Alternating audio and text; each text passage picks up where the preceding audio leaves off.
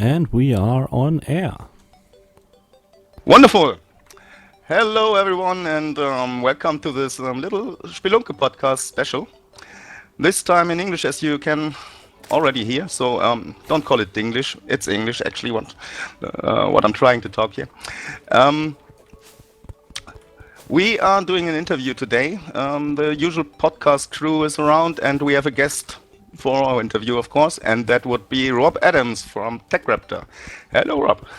Hi, how you guys doing? Fine, welcome to the show. Thank you. Not too shabby. Oh, how's your day been so far? Absolutely terrible. I mean, what time is it your side of the Atlantic?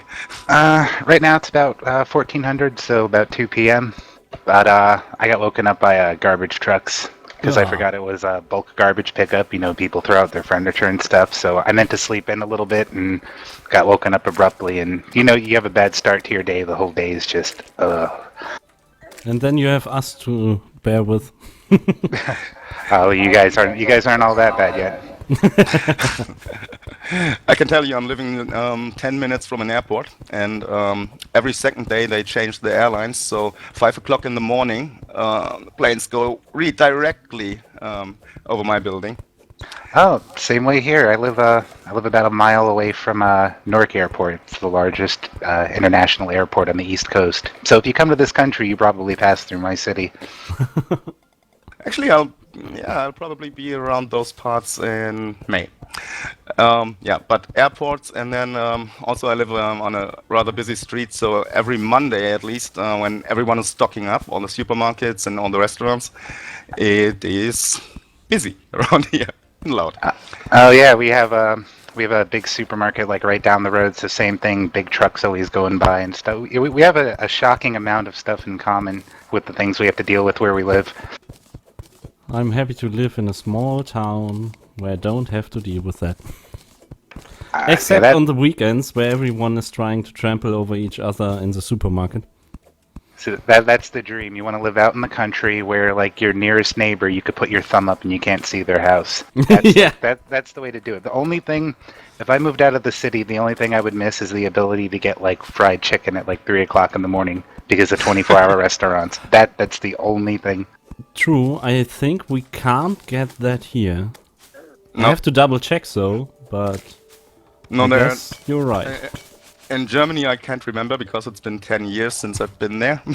And I didn't check in the meantime, but at least here in Belgium, everything will close at around 10ish, and then there are some night shops, yes, but and 24-hour shops, but no readily made food, sadly. It's one of the things I really enjoy when I go to the States for work. So that's always brilliant, 24-hour shops. Yeah, that's one of the things I've repeatedly heard foreigners say we always get right. Your food's absolutely terrible, but if I want a cheeseburger at 2 o'clock in the morning, you know, America provides. I mean, we do have 24 hours McDonald's and stuff, but you can't really call that a cheeseburger. Yeah, it's more like beef jerky, I suppose.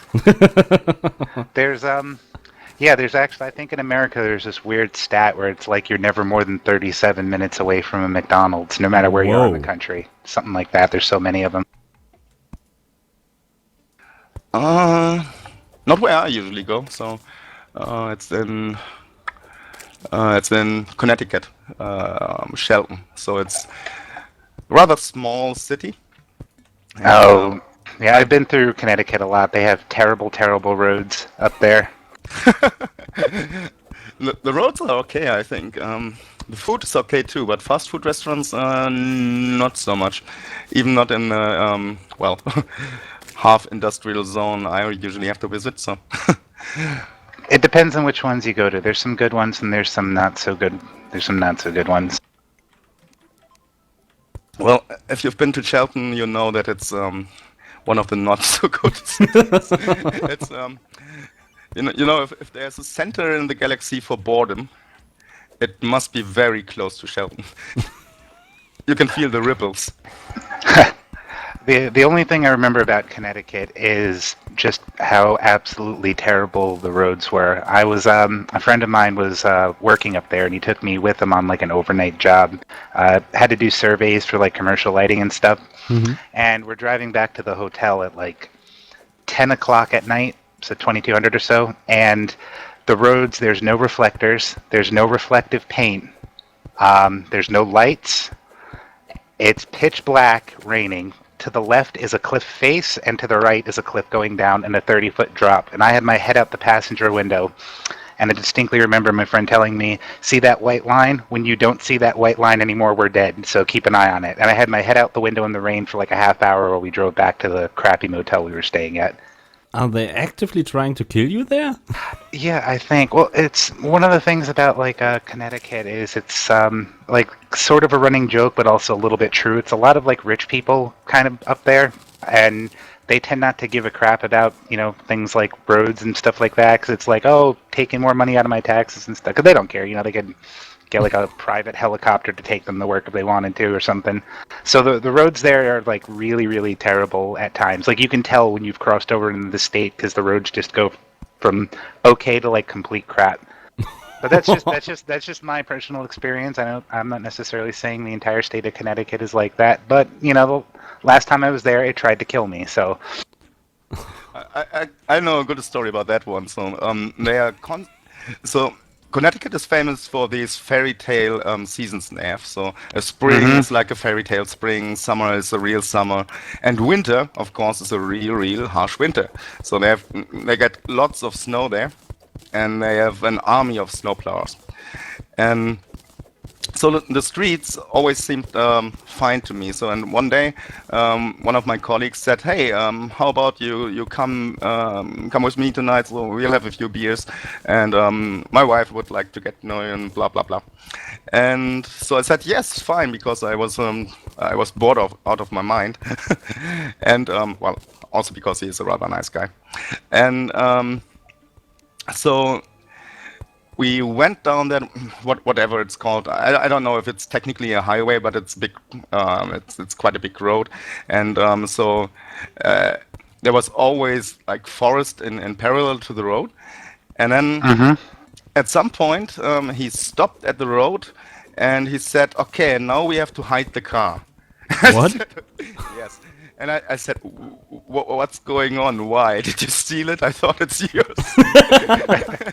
And he was like, "No, you'll see. Just help me." And so, yeah, we picked up some scrubs and bushes and wood and stuff, and camouflaged the car. And then we went like 30, 40 meters into the wood, and then there was a snowmobile there, because the rest of the road to his house, which was kind of a private road to his house, it was deep in snow. So yeah, that is my experience with winter in Connecticut. So and yes, some of the people there are quite rich, so we passed a lot of what I'd call estates, really, and but even the middle class, they do not seem to care that much about their own safety when it comes. They'd rather buy a snowmobile than have some real road to their houses. It's really interesting. yeah, pretty much. And I asked him, how far to your next neighbor? And he said, "Oh, not so far, about 2 miles." To the neighbor.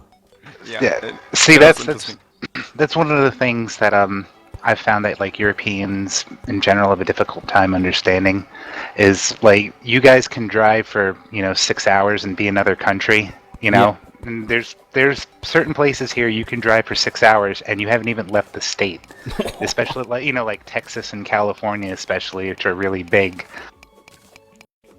I heard they're huge, but that, holy cow.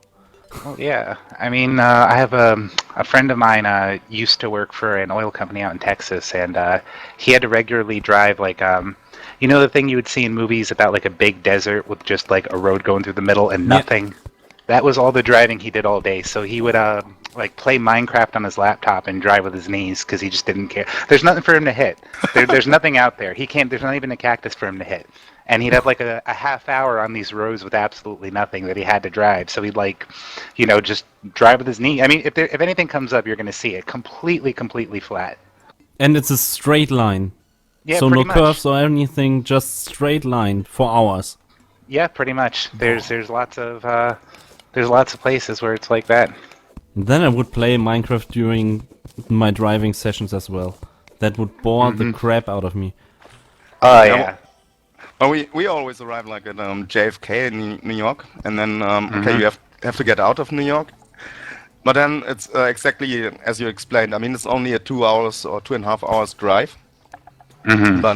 But there's nothing to the left or right. So there's just woods, and that's all. So usually I fall asleep because that's more because of customs and immigrations in the US, because you have stood in the line for like 3 hours or so. And then our usual driver is actually my boss, and he is an Englishman. So the first few times you do remember that. Yeah, it's the right side of the road. Yeah. Well, you guys, you in Germany, you guys drive on the right side of the road as well, Yes. correct? I think like the only I know Britain drives on the left side of the road. Britain's and China, as far as I know. I was playing, Australia? Or did they I change think. that lately? Australia, I think they are. Yes, they are. And China, then it must be parts of China or something. I can't remember. I was there a few years ago, but I mean, to be honest, my experience with China comes from sleeping dogs, so... oh, that's Hong Kong. Hong Kong was under the crown. Of course, they would drive on the left, but China itself, mainland China, not so much. I think. okay. Yeah, I recently picked up a Euro Truck Simulator roughly a few weeks ago, and I played it a whole bunch. And when you make that transition, there's always that moment where you're like driving. Oh crap! I'm in London. I'm supposed to be on the other side. And like, Yeah. you swing across a lane trying not to hit anybody. And, oh man. I remember my visit from the school in England, and we were there by bus. And I was like, oh my god, he's driving on the wrong lane! Yeah, see, like, so you guys can understand, like, for you, where we say you can drive for, like, 6 or 7 or 8 hours and still be in the same state, like, to you, that's, like, crazy. To us, it's like, you can take a day trip to, like, France. Yeah. Just, drive a couple countries over, and, there you go. And we can't, like, that's crazy to us, because the next nearest countries, it's Canada and Mexico, basically. And, if you're, like, in the middle of the country, that's really far in either direction. That could be, like, 500 or 600 miles away, so like 1,000 kilometers away potentially from another country. Yeah, if I drive roughly, let me think. I think I would be in the Netherlands in roughly 3.5 hours. Yeah, Denmark the same. Poland 3.5 hours. Maybe I could get to Western Pennsylvania. I live in, or maybe I could possibly make it to Massachusetts if I sped. Maybe get a couple of states over. It all depends, and it doesn't help that like the roads are really horribly congested and stuff. If you have to pass through New York City at any point, you're just gonna like lose a whole bunch of time because all the people going in and out of there. I think the longest drive I once had was from LA to Mexico City. So that was then there were some problems with the plane. And we had to absolutely be in Mexico City for work, and so renting a car and actually driving seemed to be the option. But yeah, it was totally crazy. Yeah, that can work. I mean, there's this thing I just saw on, I think, an Imager not too long ago. There's like this nice route where you can visit like all 50 states. That's one of the great things is you could just drive, and it might take longer, but there's so much more stuff to stop and see. Because there's loads of places where, there's no airport. They've got lots of interesting stuff, but there's no airport, and lots of people just don't pass through there because of that, and you miss out on it. Yeah, exactly. You've got a speed limit on those, right? On those highways? Yeah, we're not lucky. We don't have like an autobahn like you guys do. For the most part, the speed limit's anywhere from let's see, 55 miles an hour to 65 miles an hour. So I guess like around 100 kph. If I'm an Whoa. American, I can't metric. Yeah, something around that. I think it's multiplied 1.6. Yeah, 1.6. So it's something around 100, It's 120 like roughly, or so. It's between 80 and 104 on our highways usually, like our big roads. But then again, I mean that's what it says on the sign, but like very few people actually drive that speed. You know, usually like around here, usually you're going to see people going as much as like 130 kilometers an hour, just to be clear, not miles per hour. Yeah. You know, because they just like they don't care because you move with like the same speed everybody else is moving, and Yeah, sometimes sure. people just go really really fast. But they Which did, is- they did introduce speed limits on Autobahn now, right? Yeah, Oh, some did they? places, Oh, but no, not that's a shame. overall. They Okay, are- no, I just read it the other day, so I Yes, was wondering. they try it every year or so to implement 130 max, and then us drivers go, how dare you! And then they have to scrap it. Someday it will happen, but I can't. It'd be a sad day when that happens. The Autobahn is a wonderful, wonderful thing. yeah, I mean, totally agree. I think that most accidents actually do not happen because people drive fast. It's because people who are not experienced drive fast or Yeah. try to drive fast, or they drive in shitty conditions or stuff like that. So I really enjoy it to be in a car and it drives like 200. That's nice. Well, you guys have your license requirements for driving a car are way, way stricter than we have over here. Yeah. I mean, you have to pass a written test and like a really simple driving test, like, you know, do you have your seatbelt on or your mirrors okay? Okay, drive down this road, turn, etc. Really basic stuff. Like, I heard in Germany you guys like required to have like basic first aid training and actually like render aid if somebody gets Yeah. into an accident or something. Yeah, we don't have anything like that here. And so the first aid stuff is a separate test. We have to pass that to be allowed to take the final exam, which is the written part, which consists of a small 4 pages test. I say small. And then there is a 45-minute driving test where it really depends on the mood of your teacher. If he's pretty pissed off you, then it can be a hell. Oh, so Or- you guys have that too. It's the same thing Yeah. here. If your instructor wants to screw you, he can screw you. Yeah. And then like you just don't get your license. That can happen. And it is pretty expensive. I think my license costs about €1,500, also 1,500 euros, roughly. Whoa. So you have to earn it. Ooh, that's terrible. Yeah. Here, like, I think it's probably about 40 euros, roughly.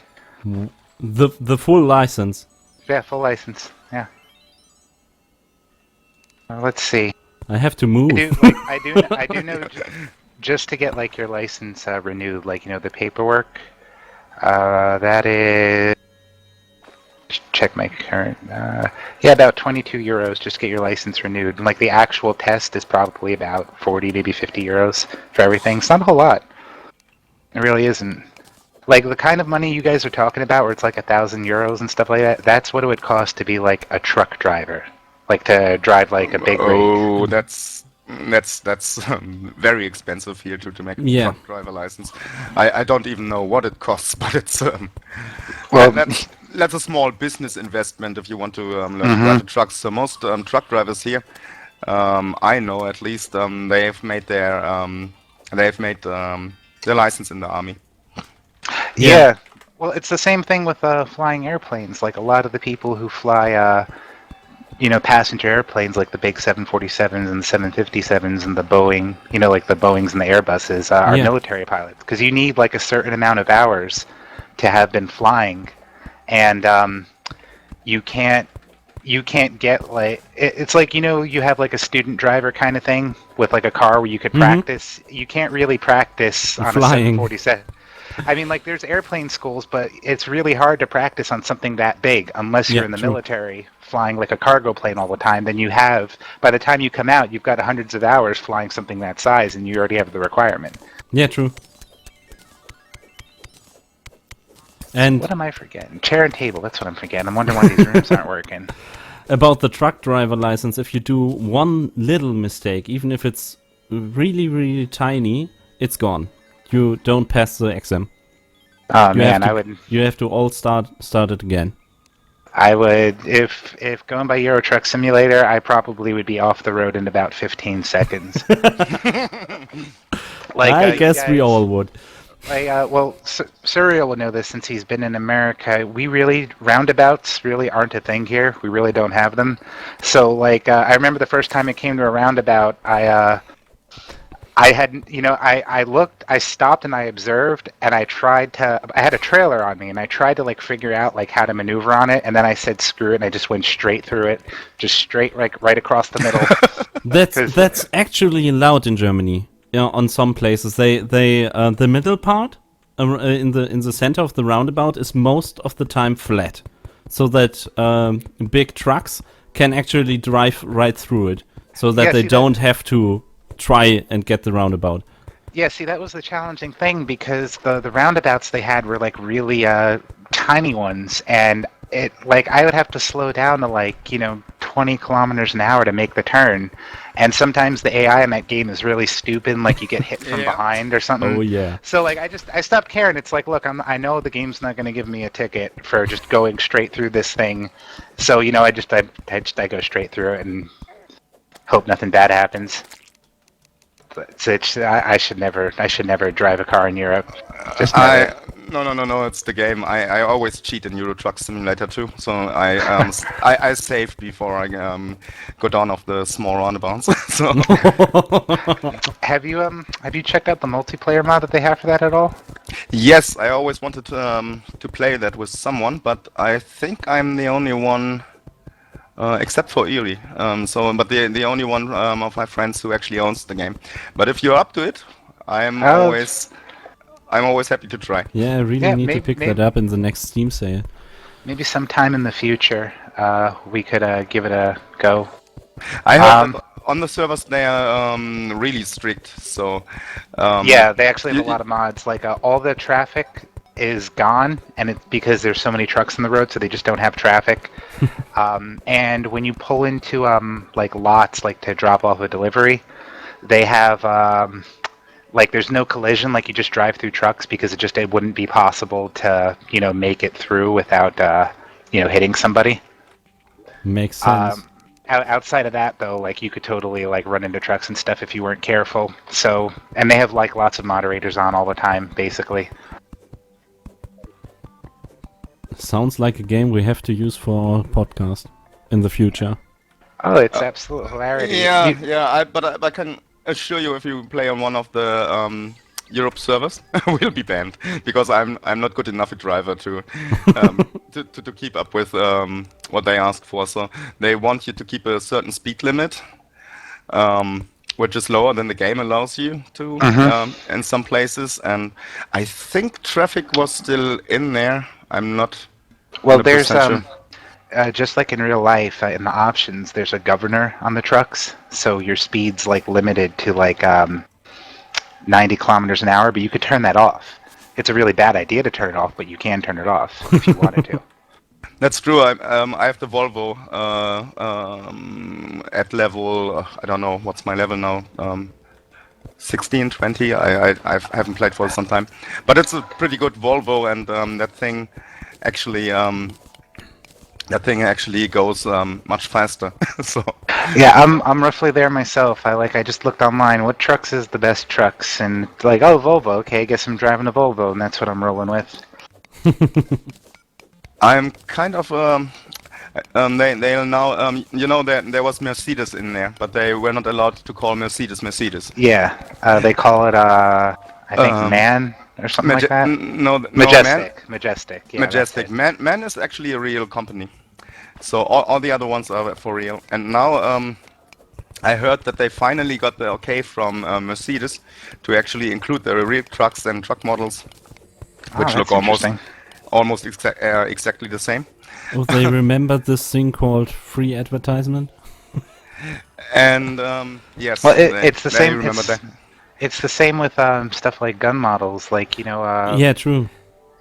stuff like Call of Duty and all those sort of games. Like they have to pay, like Ruger and Heckler and Koch.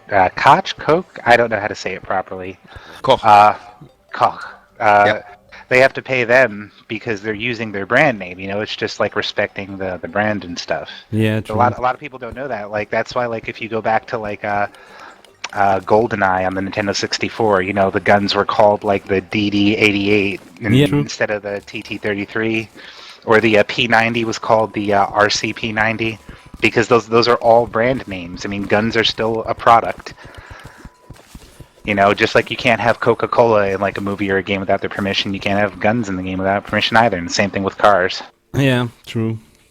That would actually be something interesting to research. So if most companies just give an okay and do not actually ask for some kind of a license fee, which would be, I think, for Mercedes, for example, it would be pretty pity to ask for a license fee from a gaming company, right? I think they do. That would explain why they have to change it, or change it often.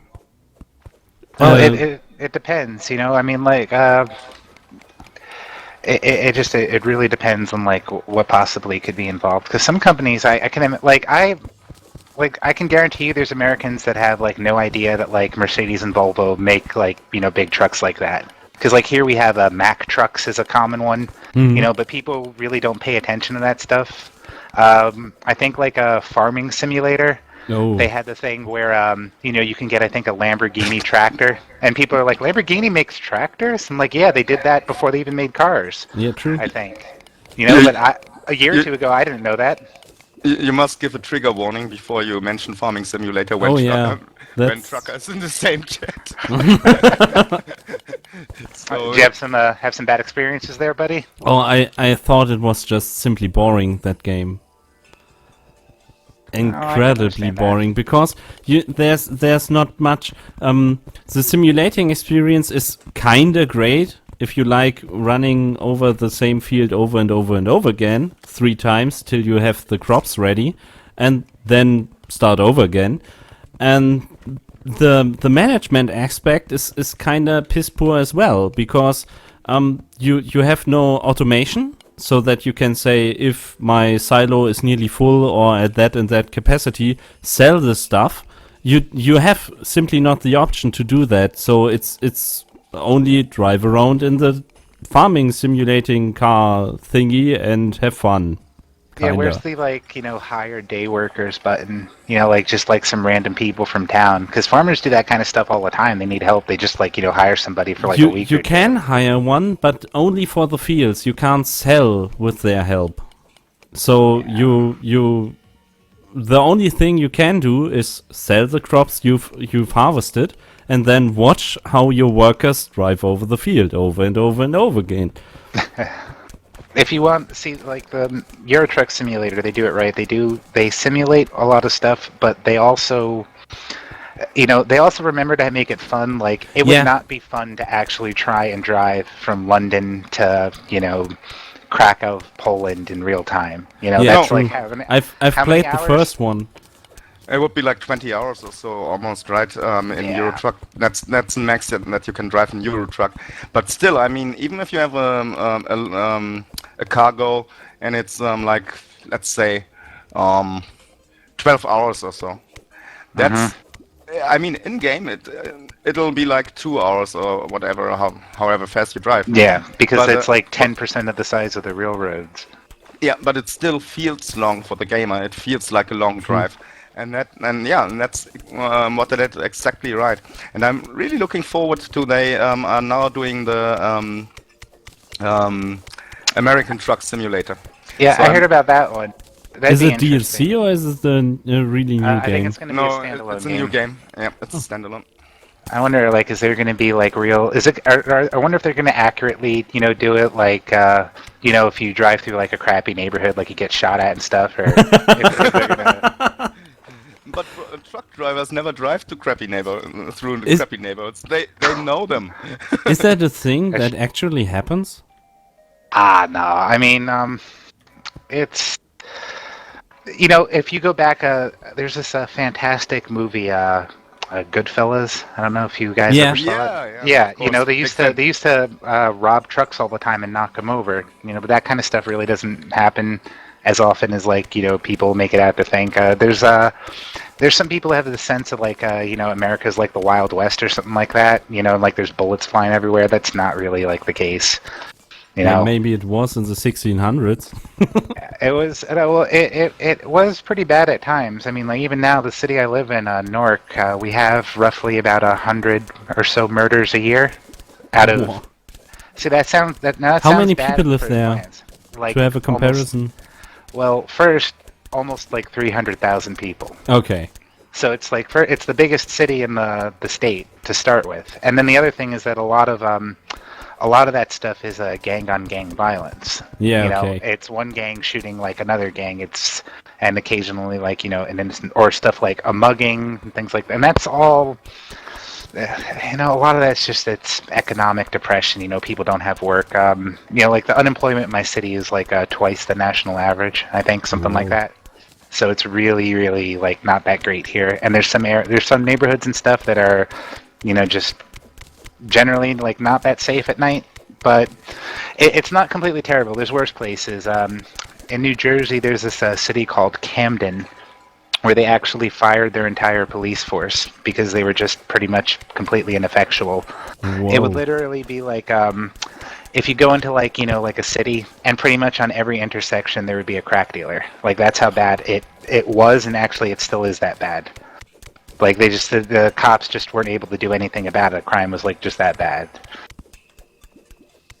But that's overall for the country, like that's actually like a pretty big rarity. But I think you have those places in every country. You can't say that it's particularly worse in the US. I mean, like here, it's like oh, well, you get shot in America, well, like you get stabbed probably, and Yeah, true. if you go through a wrong neighborhood in like any country, I'd prefer to be beaten up, shot rather simply. than be stabbed. Yeah, or beaten up too, I'd rather be shot than stabbed any day of the week. If you ever, never Google knife wounds. Oh yeah, because they're nasty. Yeah, I'll take a neat little hole that burns on the way through and cauterizes some of the flesh over like someone trying to fillet part of me away any day of the week. Yeah, Not an experience I would want to have. Anyway, I would prefer not to be shot or stabbed if we're really talking. But it's like if you had to choose between the two, shoot me rather than stab me or slash me any day of the week. Any day of the week. yeah. I must say, I still remember my little training accident, and I got a nice scar from a sword wound on my leg, and that was kind of nasty. So yeah, in that case, a small caliber round would have been preferable. Oh, a training accident. What exactly happened? So what were you training in? Is more what I'd like to know.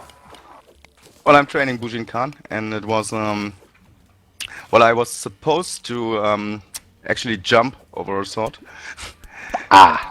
And what actually happened is You didn't? no, the guy lifted the sword or moved it while I was jumping over it, and so it sliced me a bit.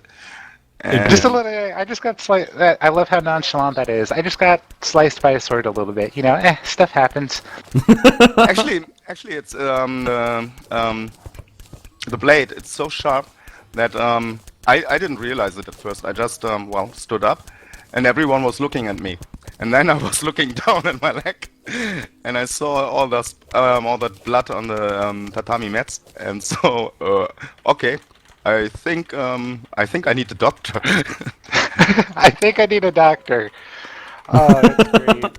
Yeah. See, Maybe that should be stitched. I'm not really sure. I was pretty shocked, but then it had one good thing. So actually, the trainer stitched it.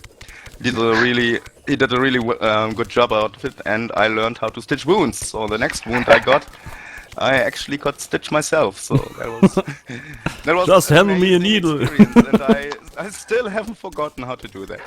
See, that's right there. That's the mentality of a martial artist. It's, hey, I learned how to stitch wounds. So when I get, cut again, not if, when. Yeah. Somebody's gonna mess up with like a sword or like a ninja star or something, and I'm gonna be like have blood flying out of my arm, but I could fix it this time. Yeah, it depends where. I have one scar on a place I do not want to describe, but it's Maybe it's we real. don't want to hear it then. It's rear side, and I couldn't stitch that one myself. So you would what could be described as butt hurt. Yes, I was buttered. Now, before the podcast started, I said I wanted to save something for it, where you guys were.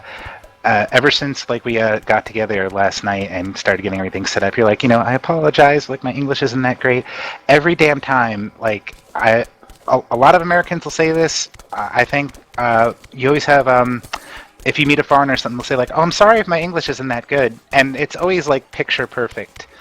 If like my German compared to like your English, like worlds apart. It's like I don't get it. You guys, like, your English is fantastic. Like, I haven't noticed really Thank like any you. problems or anything like that. But like, if I try to speak German, it's like I know 3 words, and like 2 of those words are not meant for polite company. Oh, then give it to us. Like Scheisse. Like, Yeah. there's one. That's a common one. The And usual one, yeah. Bitte and Angela Merkel, which in some circles can be considered a swear word, or at least not too pleasant to hear. And like that's it. Because I think like how long you guys, you're 30 and 40 respectively, and right? You said Yeah. roughly. Yeah. Yep. When you were in school, how long were you taking? How long did you take English classes for? Since Oh, I've been 6. So over So, like- 25 years now. Well, like I mean, like how many years in total did you have to take English classes? let me think. I had about when did we start? Actually, in No sixth one told grade. me we have to use math today. Yeah, my brain rejects math today after workday.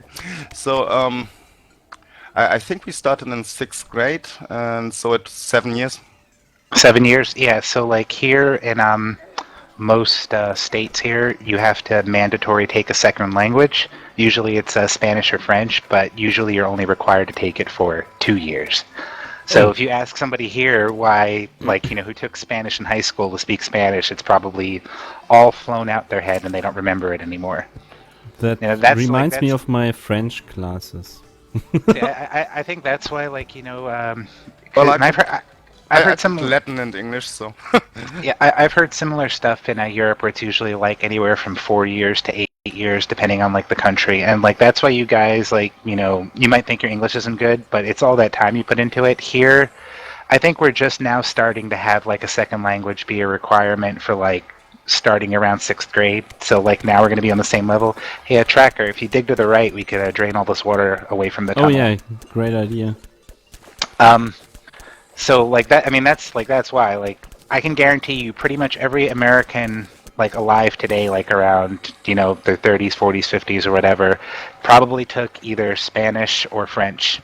But like you ask them to speak it, and they probably can't. But I bet you probably could go to like a someone from Spain who took English in high school 10 years ago, and they could probably speak it okay. I mean, I don't know. I mean, to be honest, as said, I spent some of my youth in South Africa also, and so when English started, then in school, then there already was some foundation, but I think I would have forgotten all of it if it wasn't for the fact that I'm working for a US company and that I'm pretty much speaking English all day and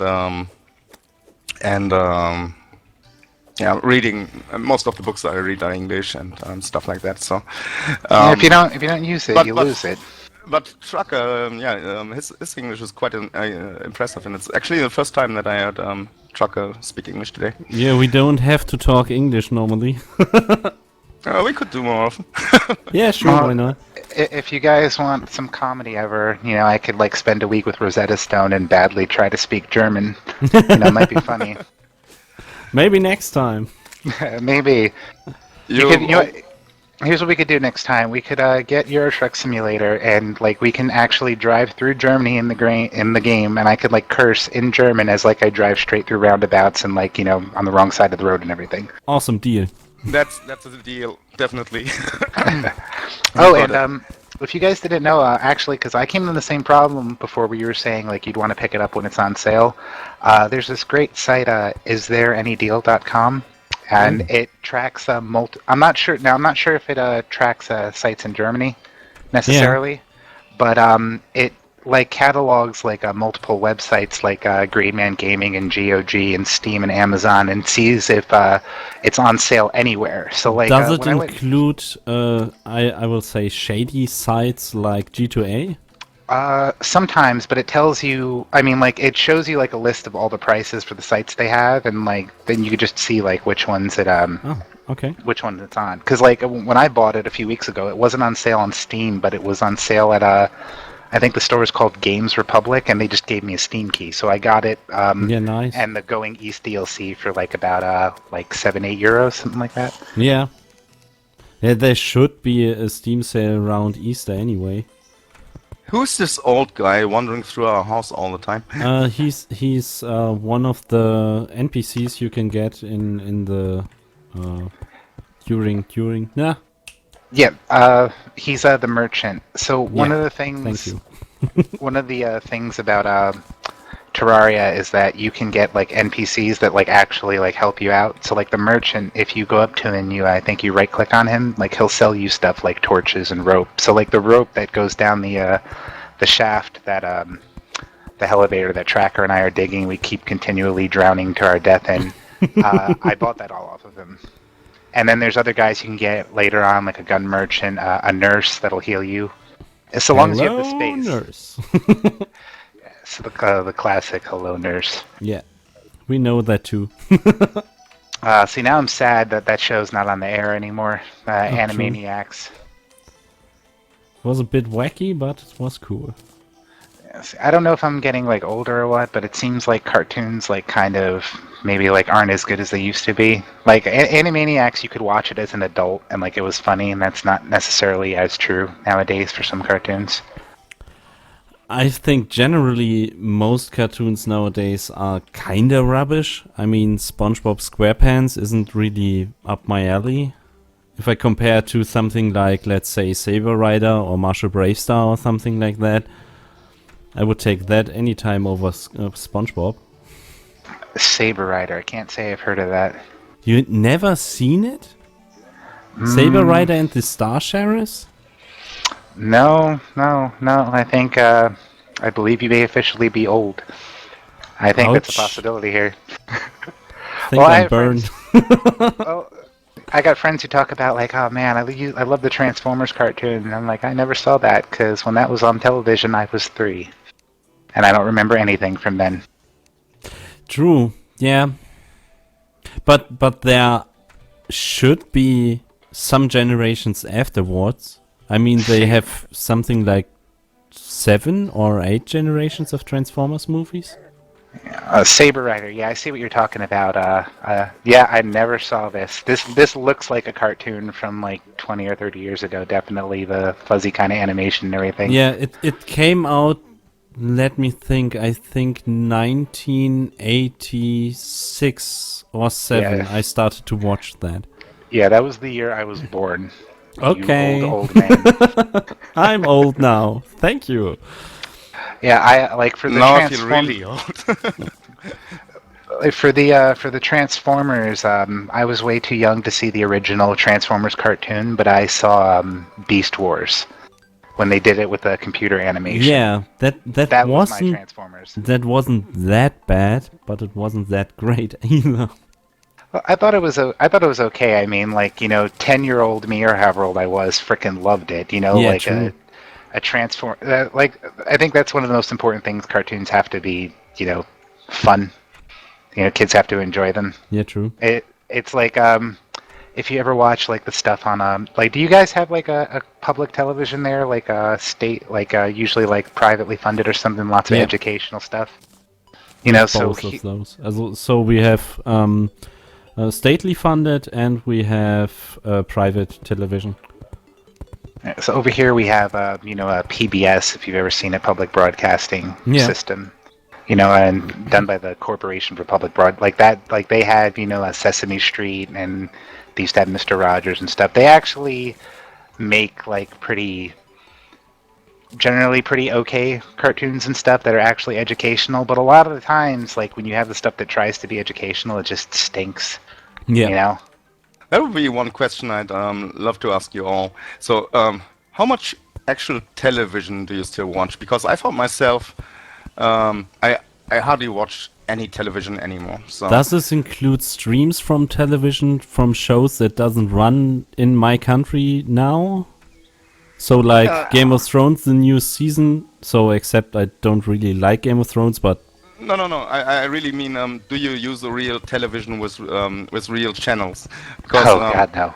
No, because I mean, I find myself, if I want to watch a movie, I go to Netflix, and that's that. So, or Amazon Prime or something like that. I do so. I do watch one normal channel, if you want to call it that way. During evening meals, we sit around and watch Star Trek Deep Space Nine, which runs on channel. No, not Pro7. It's Tele5. That's one of our. It's an old channel that mostly runs stuff that no one wants to show anymore, and that's exactly the stuff I want to see. Yeah, Deep Space Nine is arguably the best Star Trek in my opinion, and that's heresy to some people, but I don't care about those people. Heresy! I call heresy. I wouldn't call it heresy. I like it because there's so much Klingon episodes in it that I really love it.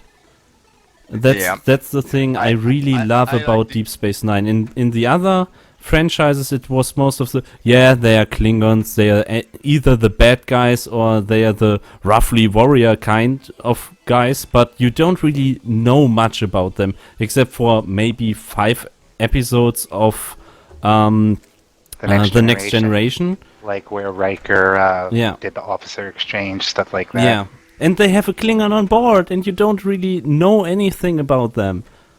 And then Deep Space Nine fills in the hole. Yeah, they had the war, and that one episode where Cisco, O'Brien, Odo, and one more person, I think, they all dressed up as Klingons to try and find a changeling in the Klingon hike. That's like one of my favorite episodes. Just for 2 parts. The first one is when Worf's talking to Cisco and the other guys, and Captain Cisco just like punches him with the back of his hand. And he was like, "Very good, Captain, but did you intend to challenge me to a battle to the death?" And he just goes, and Cisco went from his Klingon accent to like his proper speaking accent. Like, no, not at all. Well, don't hit me with the back of your hand. And that was one. And then the later part of the episode, the changeling, I don't know if you remember this, the changeling gets discovered in a room with like 50 Klingons in it. And there's like a pause for like a second, and then all of them get their disruptors out, and it just gets shot like hundreds and hundreds of times. I don't remember that, but now I want to watch it. Watch that remember episode. that one. I have it on DVD still, and it literally exploded. It was so fucking. It was funny and wrong at the same time. It was great. I heard the F-bomb there.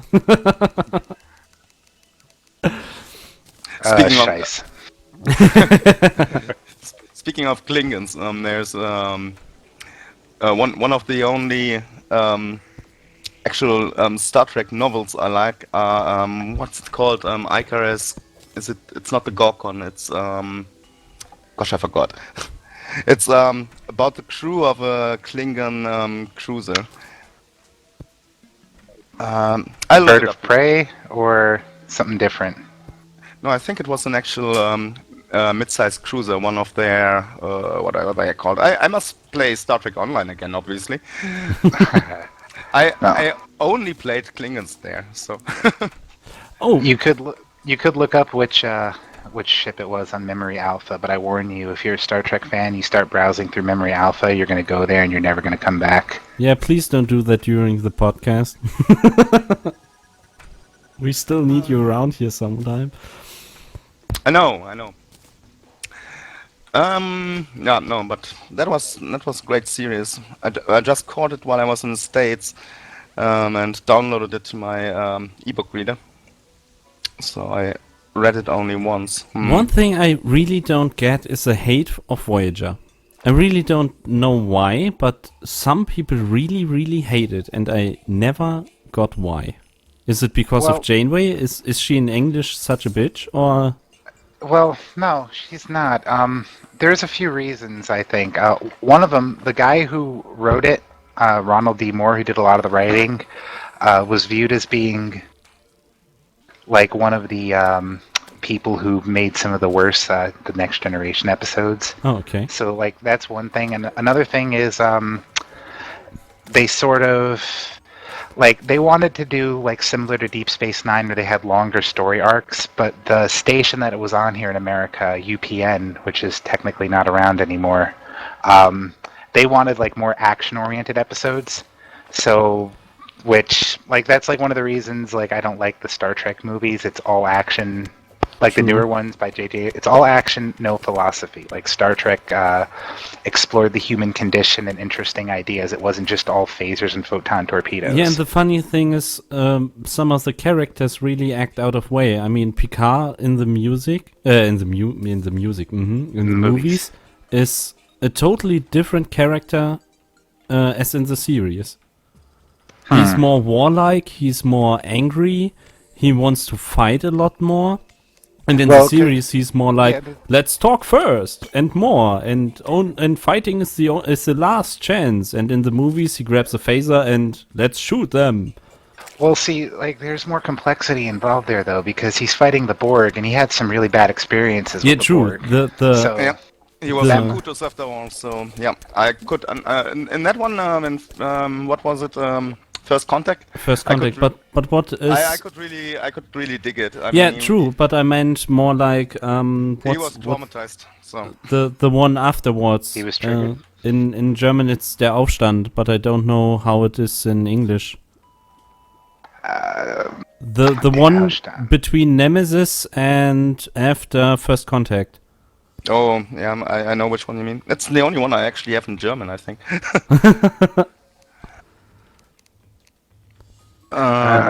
Star Trek. Was it Revolution? Maybe.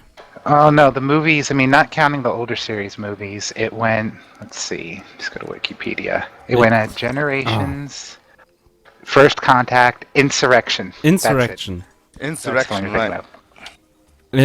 In that he's really. I mean, you could dump it down to the effect of the nebula or the rings, but he really wants to fight. That at least I have the opinion, and it looks that way, and he behaves that way.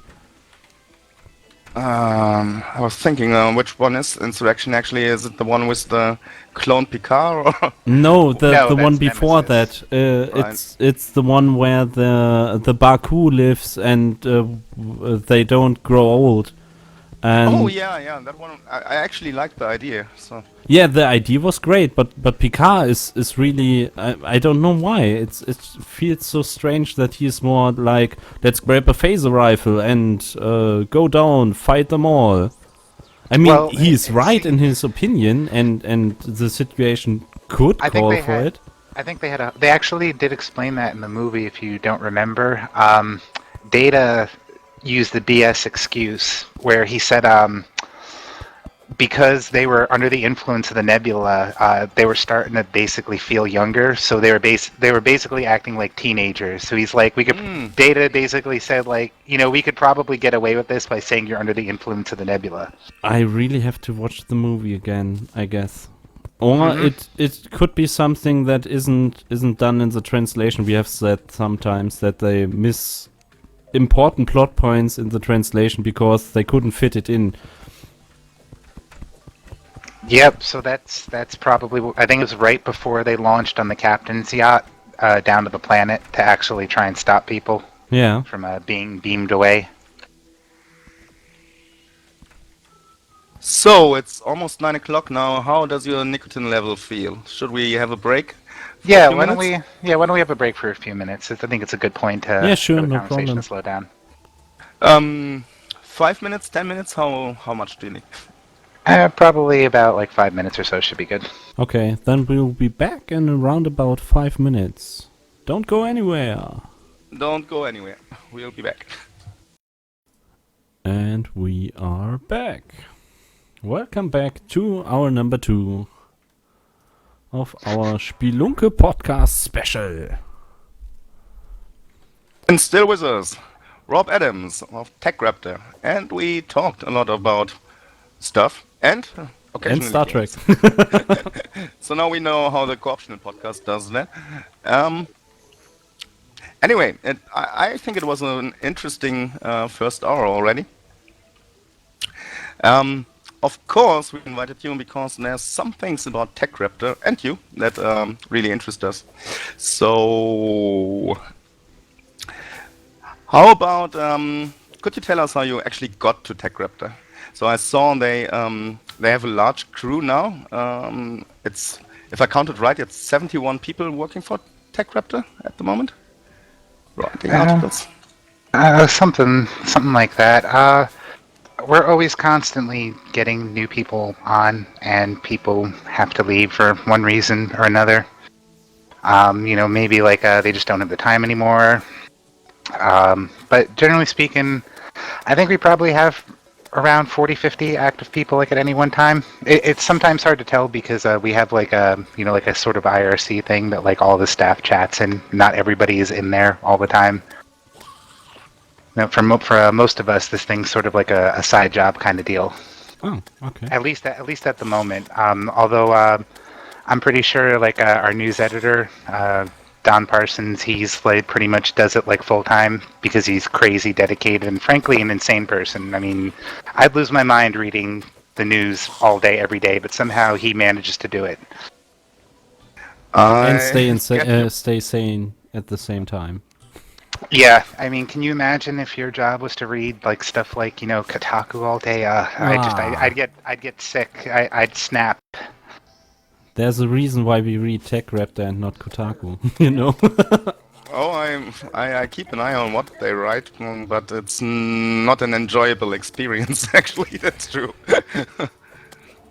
Well, he soldiers through, and he yells at us in news chat. Hey guys, we got stuff we could be writing about, and people pick up whatever they like and write about whatever they like, which is one of the really nice things about it, I'd say. So you don't get orders in quotation marks to write about specifics. So you get this article, you get that, so you can pick. Yeah, well, generally the way it goes is like the closest thing that we would probably have to like any sort of like order is our editor Andrew Otten sending out an email something along the lines of, "Oh God, we run out of articles in 2 days. Guys, really write something, please." Because that does happen sometimes. Like a holiday weekend, like the 4th of July or something. Nobody wants to do anything, and then he's the one who schedules everything.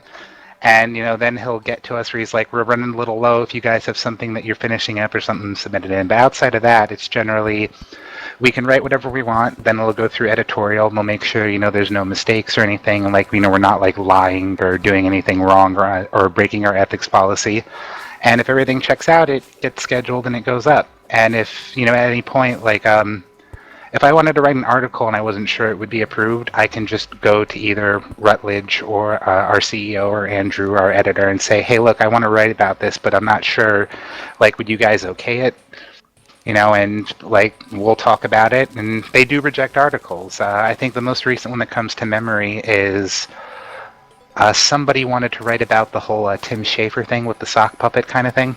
Yeah. That he did. And I believe the editors got together, they talked, and they said there's not really much of a story there. It's too clickbaity. Like, Rutledge is Rutledge Doggett, our CEO, he's very serious about making TechRaptor like the antithesis of some of the shoddy games journalism that we've seen in recent months.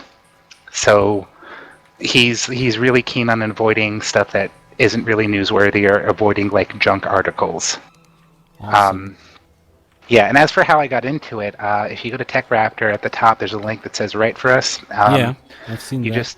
you just email, you just fire off an email saying I'd like to write for you, and they'll inquire about like past work, or you could write sample pieces, and if they like it, and there's slots open, they'll take you on. And that's pretty much what I did. I was interested in it, and I've done some writing before on the past, like blogs and things like that, and so I thought, hey, can't hurt to give it a try, and I gave it a try. And I said, here's some of my past writing, and I remember like he said something like, well, this isn't really like a review or anything like that. Like, can you write one up? And so what I did is I just went to the website. I looked at like how they already did their stuff, and I just picked a game that like wasn't on there yet and wrote a review about it. And he's like, okay, here you go, you're good. And I got set up and I started writing. Actually, it was pretty painless and easy. They're very we do have ethics policy and writing guidelines and stuff that you have to follow, but once you like get all that stuff figured out, it's pretty laid back, generally speaking. We have a lot of freedom to write about whatever we want, and it's fantastic. That really sounds awesome. Since you've mentioned your ethics policy right, a couple of times. Can you perhaps delve a bit deeper into your ethics policy and also into the guidelines, if you're allowed to? Well, I do know at the immediate moment we're currently working on revising it, our ethics policy specifically. Rutledge has been really good about just talking with the community, saying like, look, this is going to be our ethics policy. We're basically essentially opening it up to peer review in a way where, do you have any comments about it? Do you think we're going too far, not far enough? So it's currently in the process of being rewritten at this very moment. But it's a very multi-page document that's very long-winded in certain ways, but it essentially will say 10 different ways. Don't be a crappy clickbait writer. Don't lie. All the basic things you would expect like a proper journalistic organization to do. Yeah, and then as for our writing guidelines. Without most of it is a good chunk of it is like style stuff, like if you write a title of a book or something, it should be italicized. Don't go crazy with the text formatting, like crazy colors and changing font sizes and stuff. There's things about like this is how you set up the automatic Twitter thing that gets sent out. This is how you set up like the SEO stuff. It's got to be this many words. The featured image, like when it gets tweeted out. And like there's an image with the article, it's got to be this big by this big. It's just really explaining like all of that stuff in detail. But like I said, almost all that stuff is really basic and straightforward, but it's very, very carefully explained. So there's like no room for error or mistakes like on the end of a writer. If you were to write an article and you followed like all of our guidelines from start of the list to the end of the list, you would have like no problems basically. But it's very straightforward, generally speaking, without going into like super long specifics. Like just looking at it now, our writing guidelines are 7 pages, and it goes over like all the nitty gritty. Just covers absolutely everything about like style and what we should and shouldn't do. What articles have to have like a checklist. You have to use American English. You have to have tags in the article that reflect the subject you're writing about. Style guidelines. Don't do this, don't do that. Try to refrain from doing this. All the kind of stuff you would expect from like a professional standpoint. So nothing really too crazy or unexpected in there, generally speaking. That's actually one thing I tried to find out today, and I was busy with work, but still I failed. When did TechRaptor actually get started? Because I couldn't find it. I believe October 2013.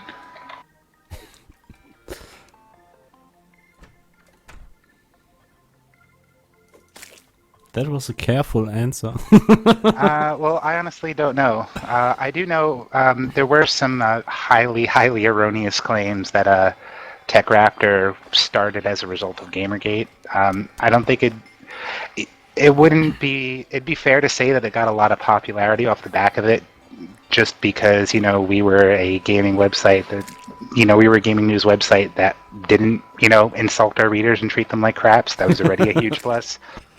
March 2013, so says our CEO in staff chat.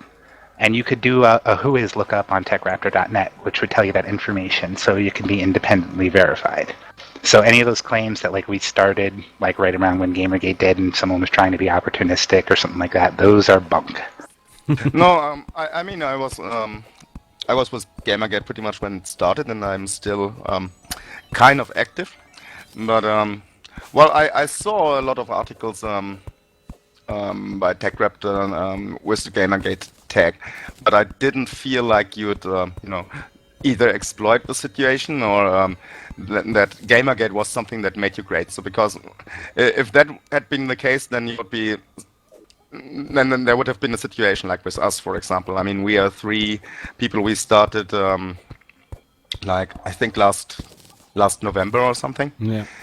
And so yeah, must be. We are now at this week will be the 18th official podcast.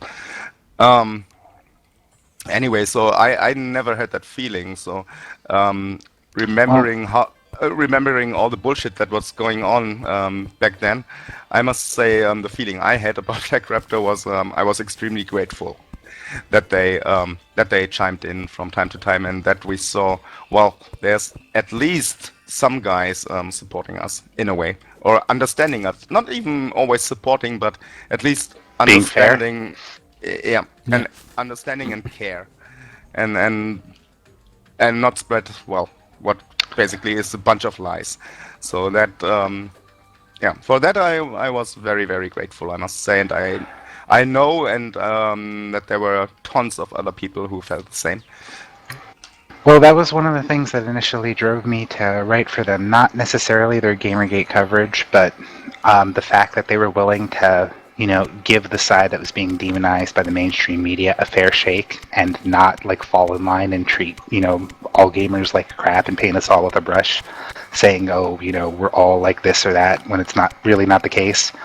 Yeah, I don't know about you guys, but I certainly haven't, murdered any babies or anything like that lately. But if you watch, MSNBC, you kind of get the feeling that, that's what we're all about, when that's really not the case. Lately or in general? Just in general. I mean, I wrote a long article about that, and usually I always try to be pretty neutral and analyze both positions. So whenever they are 2 or more positions, I try to get behind them all, and I try to think like someone who would, well, oppose my own position or whatever. So to form an opinion. So what I felt was, well, what I felt in the beginning of Gamergate, it was so clear that the mainstream media would grab it and that they would not do any real research, because that's what they've always done. I mean, if there's a chance to bash on games, they'll take it. Yeah. It was really worrying for me too, seeing that and seeing stuff I knew objectively to be lies and stuff. Feel like I'd float around on 8chan or Kotaku in Action or in the Twitter hashtag. And I'm not seeing all this stuff that MSNBC or CNN or whatever is saying, or Huffington Post is saying is happening. ABC, so many channels. I mean, they all just got, well, the TV equivalent of clickbait. Yeah, and I see they're lying about it, and that was a real realization moment for me. It's what else are they lying about? If they yes, exactly. But I exactly my thoughts. So I think a lot of gamers woke up at that moment. And there was another thing to be clear about. I think Rutledge would want me to make a point of saying this, and I want to make a point of saying this independent of that. Even though we have done a fair amount of coverage of it, I think overall Gamergate related stuff is probably less than 5% of TechRaptor's total article count, and it gets lower all the time. It's one of the, when it comes to writing in our guidelines, there's there's a handful of like sensible restrictions. One of the things is one of said restrictions is if you're going to write about Gamergate, you got to have it like you have to run it past basically editorial first, because Rutledge wants to make a gaming news website. He does not want to make a Gamergate website, and he wants to. He's very cautious about making sure we don't turn into some kind of like clickbaity kind of thing that's just trying to ride off the backs of the controversy and make that sweet Patreon monies. So he tends to be like really, really, really careful about it, and that's also incidentally one of the reasons why like I think we have like why the writing we have on that subject is good is because you can't just like crap at an article and it goes up like some of the other websites on the internet which have sullied reputations. We actually have somebody who checks the quality and makes sure that it doesn't go up without any kind of verification. We're not going to have any like guys I verified it kind of king of pole moments on TechRaptor, I think. Oh yeah, that was quite the moment. Anyway, yeah, I mean, I totally agree. And you should not be a Gamergate website. There's enough Gamergate websites out there, and some are good, many are shitty, and I think Gamergate, I mean, it's a hashtag. It did a lot of good for individuals, I think, including making them like wake up. But a site like TechRaptor should not take sides, but if there is something to actually report about, then they should. So, for example, there was one article by what's her name, Georgina Young. Mm-hmm. She's fantastic, by the way. Yep. And she speaks German, apparently. Oh, she does. nice. She does. Yes. We'll invite her next time. You guys can try, but it might be a bit difficult considering she lives in Japan. So I think else we can survive. I think the time zone differences might be a little bit crazy. But feel free to hit her up on 6 o'clock Twitter and ask her. podcast incoming. We'll try. It would be nice. But I was really impressed by your article, and I really enjoyed it to read it. And so yeah, and there are a lot of other articles where we felt understood because the reporting was neutral, and that was great. By the way, I think I'm the only one who I am the only one of us three who was with Gamergate. From the beginning, and but I think we all share similar ideas about what is wrong with certain sites, right? So like Kotaku and other sites, Polygon, and we all see. I think we all agree that they are pushing agendas, and that's not something that gaming actually needs, I think. No. I mean, like, that's one of the things that's in our guidelines. You got to try and, like, leave your strong opinions and political stuff at the door. Like, keep it out of reviews and previews and news. If you're going to say, like, I don't really like this about this game, and, like, because this X, Y, or Z, and it's not something related to, like, the technical stuff of the game, like the mechanics, like, I don't know. I don't like how this character's written because, like, if it crosses on a point where there's too much opinion bleeding into, like, a review or a news piece or something like that, then pretty much you should be writing it as an editorial. And we have. I mean, I did a couple of reviews on the Metro games, Metro 23 Redux and Last Light Redux. We meant to ask you about that one, because that's one point where I think Chaka, you and I agreed. There was the one about the open world Metro, which I found fantastic.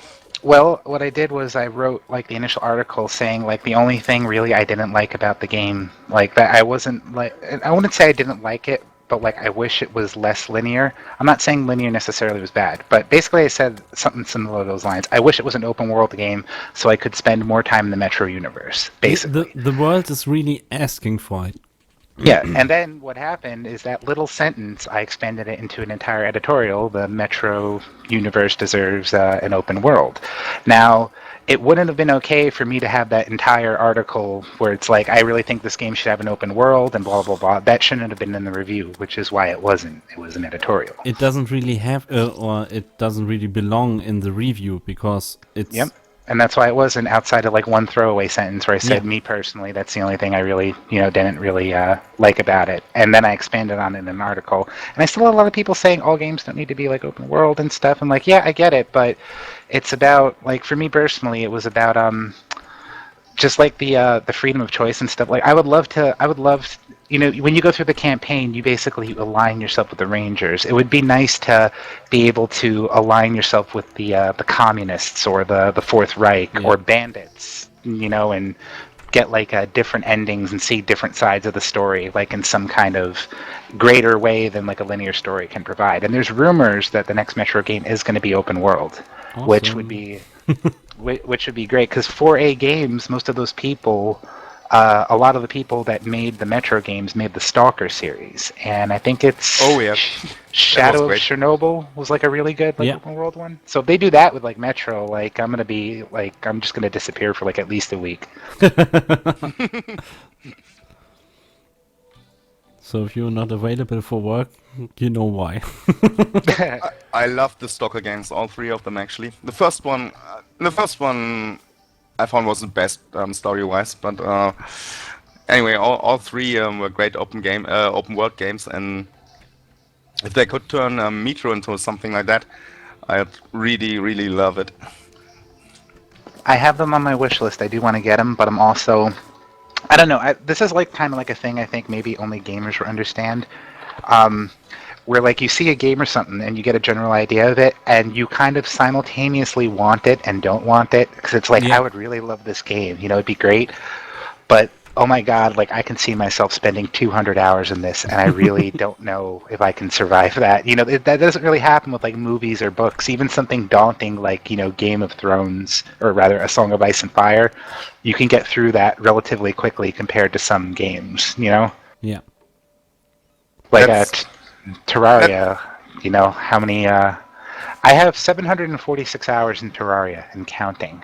I don't have 746 hours in any book or movie series or television show. Well, Minecraft would be my advice when it comes to games like this and stuff. Oh, I'm the same way. I got a lot of time in Minecraft. I got a lot of time in Starbound too. Starbound, I have 523 hours. And the only reason it's not more is because like they still it's missing the quest framework and stuff. Speaking of which, we should try to track down a demon altar, and maybe we can get a boss fight in on this podcast. Yeah. I found 2 corruption areas. To the left is one, and to the right is one, not far away. So there should be one. Yeah, if you guys don't have armor, I got some boreal wood here. How do I drop it? There you go. And you can make a boreal wood armor, and you'll kind of die a little less likely. You'll probably still die, in all honesty, but you'll survive like 1 or 2 hits longer. Yeah, we've already wood armor that does the same according to the stats. The boreal wood, I think, is 1 step higher. I think.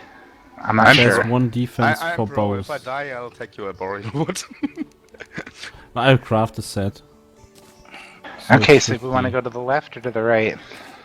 I guess, alright, well, Sarah and I are already going to the left, so I guess we made a decision we're going to the left. Okay. Do we have enough lenses? Probably. I have 3. I have none, apparently. I have 2. Well, we're close. Well, we gotta find a demon altar anyway, so maybe we'll, You're the guy with the torch, so don't run so fast. I can see. Oh, sorry.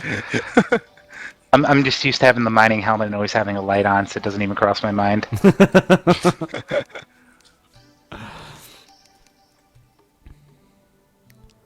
Oh, there's our chance for another lens, right? But since you are on your way, let us asks. Let's try that in proper English. Let's ask another question. Since when do you game, and what brought you into gaming? Would be something I'm very interested in. I mean, I've read something about that you're gaming since you're 4. Okay. Yeah, we died horribly. Maybe we should wait to daytime. Which will be soon. I think my dad brought home a Nintendo Entertainment System when I was like 3 or 4. I don't remember. And we played the crap out of I had that Super Mario Brothers and Duck Hunt combination cartridge, where both those games were in the same cartridge, and pretty much have been playing games ever since. Awesome. So are there any games and if you had to make an all-time top 10 list, so let's be fair and make it a top 3. Any games you really loved through all the years? See, that's so hard because, what do you?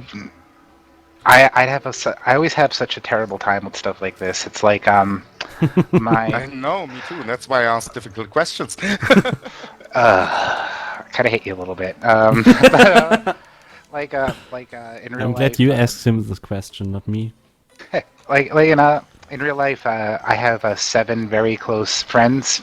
I would say any one of them is my best friend, but it's like you're asking me to pick which one is more of a best friend than the other. I can't do it, dude. But I'll try. I'd say probably. I can go first. We make it quid pro quo. So Yeah, sure. All right. Yeah, go first. I'll try and figure out what they would be. Okay, so I'd say one of my all-time favorites would be Morrowind. With all expansions, without expansions, I really loved that game and still play it. Okay, I'll throw in for the fairness as well. I would say Monkey Island would it be for me. I really love the humor, and if I have a really bad time, I just fire it up, run through it, and laugh my ass off. Well, I think one of the if I had a top 3, one of the definite ones that would be on there is Harvest Moon: Back to Nature on the PlayStation. Which one is it? The first or? It's the 3rd Harvest Moon or 4th Harvest Moon. The first one was on Super Nintendo, Harvest Moon. Then there was Harvest Moon 64, which was on the N64, and has obviously, it has the distinction that the company that made it, Natsume, spelled their company name wrong on the title screen. They spelled it Not-Tume. They left out the S somehow.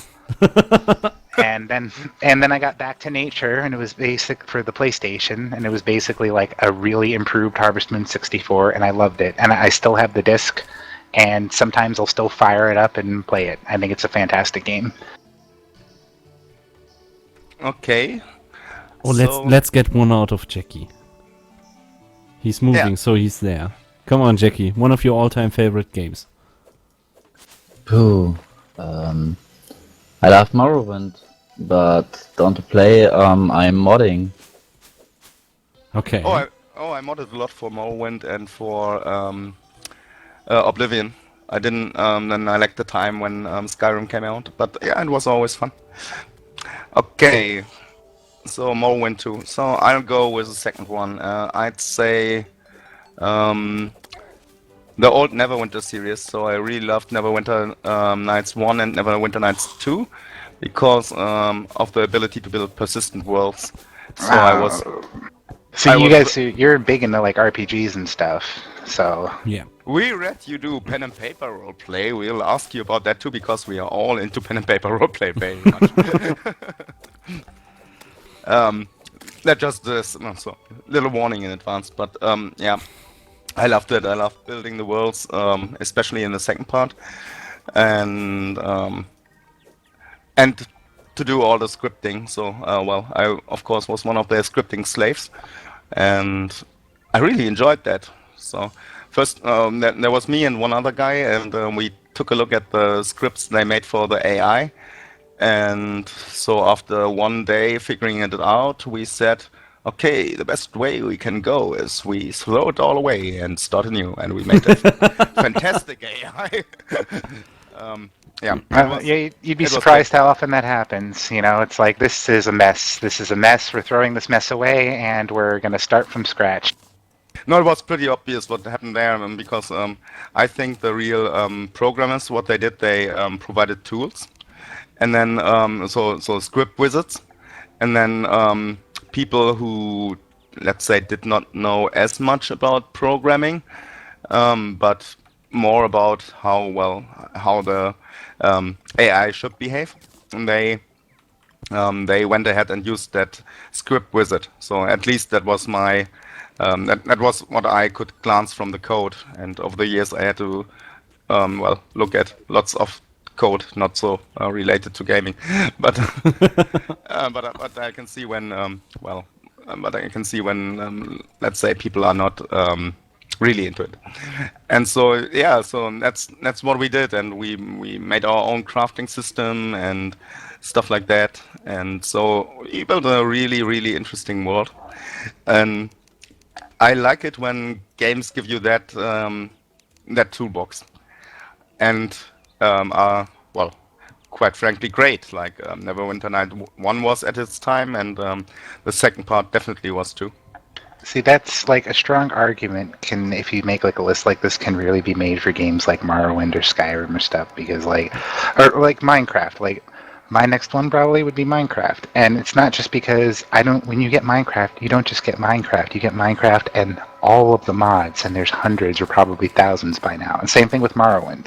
There's Morrowind and hundreds of mods. That's kind of, I think I might even be cheating technically a little bit if you think about it, because you're not you don't necessarily get just Morrowind. You get Morrowind and all the stuff that Morrowind can do, which Yep. can be like dozens or hundreds or thousands of games depending on the engine and how much people cared about it. Yeah, but isn't it nowadays the fault in quotation marks of the developer, not the developers but publishers, that they try to ban in quotation marks all the mods? I mean, we still could have a new maybe Desert Combat 3 or something like that for the Battlefield series, and they don't really allow or encourage modding anymore, and that's kind of sad. Well, EA doesn't. But you have Armor on the other hand, if you look into that genre. So Yeah, I was Yeah, about true. to say, like, okay, so EA doesn't do like, you know, like, here's a good way to put it. SimCity, because like I saw Serial was playing this a little bit. You know, SimCity, crap for modding. Yeah, You know, they did a really bad job. you could have basically, ended for the the sentence game. with crap, and it would still be okay. Sure. And then City Skylines comes along, and they make a better SimCity than SimCity did. So, like, that's just like, I don't think if a company decides they're going to be stupid, like if Elder Scrolls 6 comes out and they're like, we don't want you people modding anymore, so there's not going to be any modding in it, some other company is going to pick the mantle up, Yeah. you know?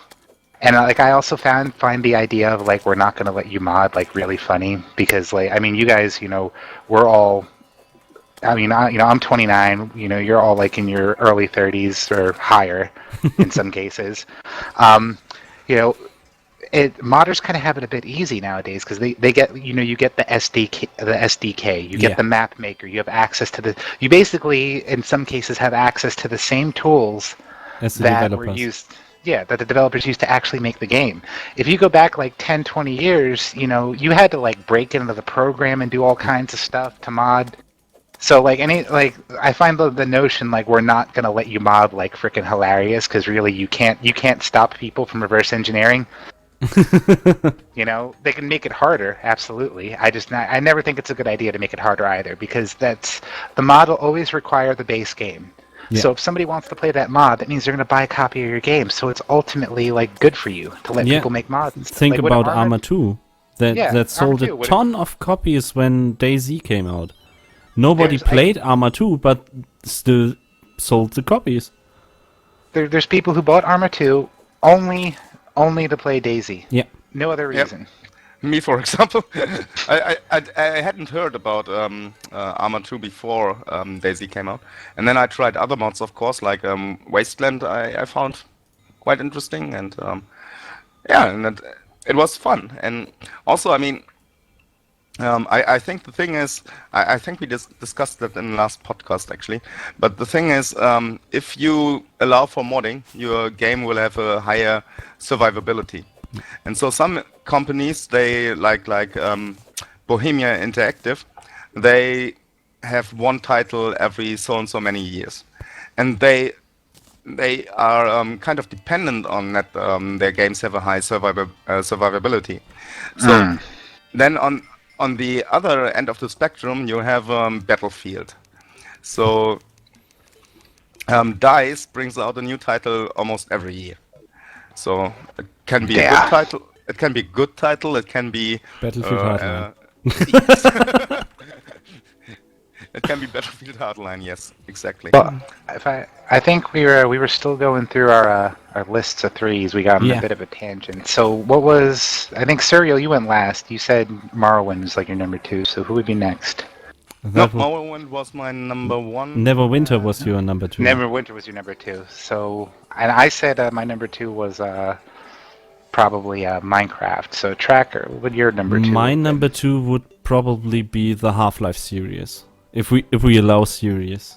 Otherwise I would have to say Half-Life 2, most probably. Because I really love that game. The story is great, and I still want my Half-Life episode 3 or Half-Life 3. Gabe, if you listen to this, make it happen. But that is a really, really good shooter, and it has a nice story, it has really good characters, and it's a hell lot of fun. So that would be my number 2. Yep. Jackie, My I've number forgotten 2 is about you. Minecraft. I love to build. Okay. Look at the city. Yeah, I know. We've got a little project going on where we are going to build a city, or multiple cities to be exactly. And Jackie built a cathedral. And what was the other thing you built? It's a little contour and 2 taverns. Taverno? Yeah, taverns or pubs Oh. if they are small. And many other house and farms and so other things. I've done the whole build a giant city thing myself. I understand what that's all about. I'm in Minecraft. I'm currently building a replica of the labyrinth that was used in Name of the Rose. So of the library. That's something I've been building on. Well, I don't know, like a few hours every week. It's huge. Me, I haven't played like in quite a while. The people I play with all just suddenly got busy, and also like I can't get into my account right now because I've got to update some stuff, and like I got to get in contact with the person who actually owns the email because I got the game as a gift before like they had gift codes. Yeah. So he just like, here, I'll use one of my email addresses, and here's the login information. But I need to change the password, but I need to get in contact with him and change the password. And I don't know it because he lives in Sweden, and like it could be like some word with like 17 L's in it.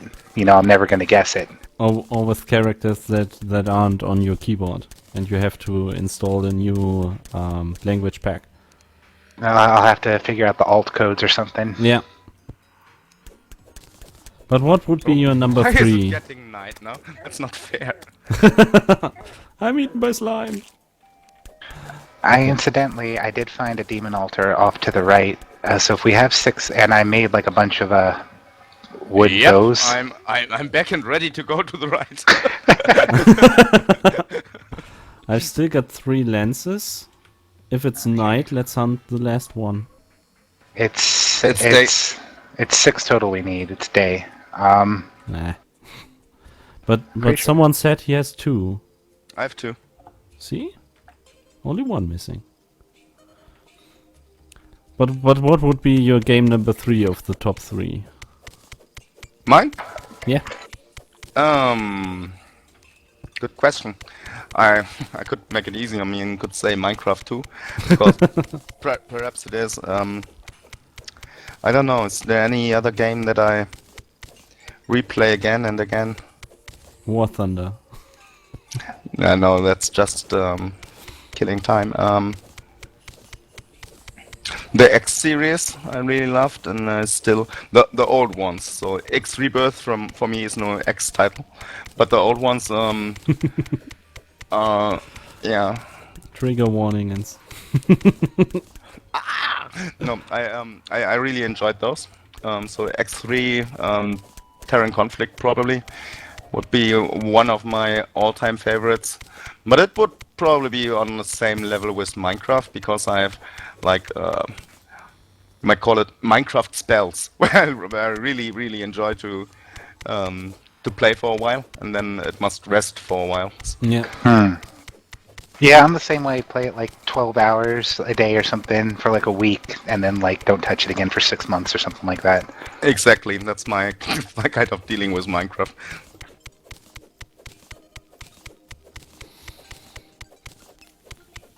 Now I have to think about it. There are two games that come to my mind instantly, and both of them are MMOs, and none of them is World of Warcraft. And Oh no, Mark Kern will be devastated.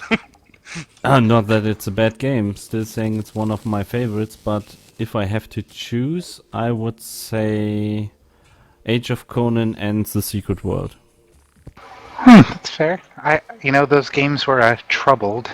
Yeah. To be fair to say, but they Yeah. had a lot of good stuff about them still. Yeah, I love the world design. It's really if you for Age of Conan, if you know the novels, they really grasp the atmosphere and the areas like at least I imagined them.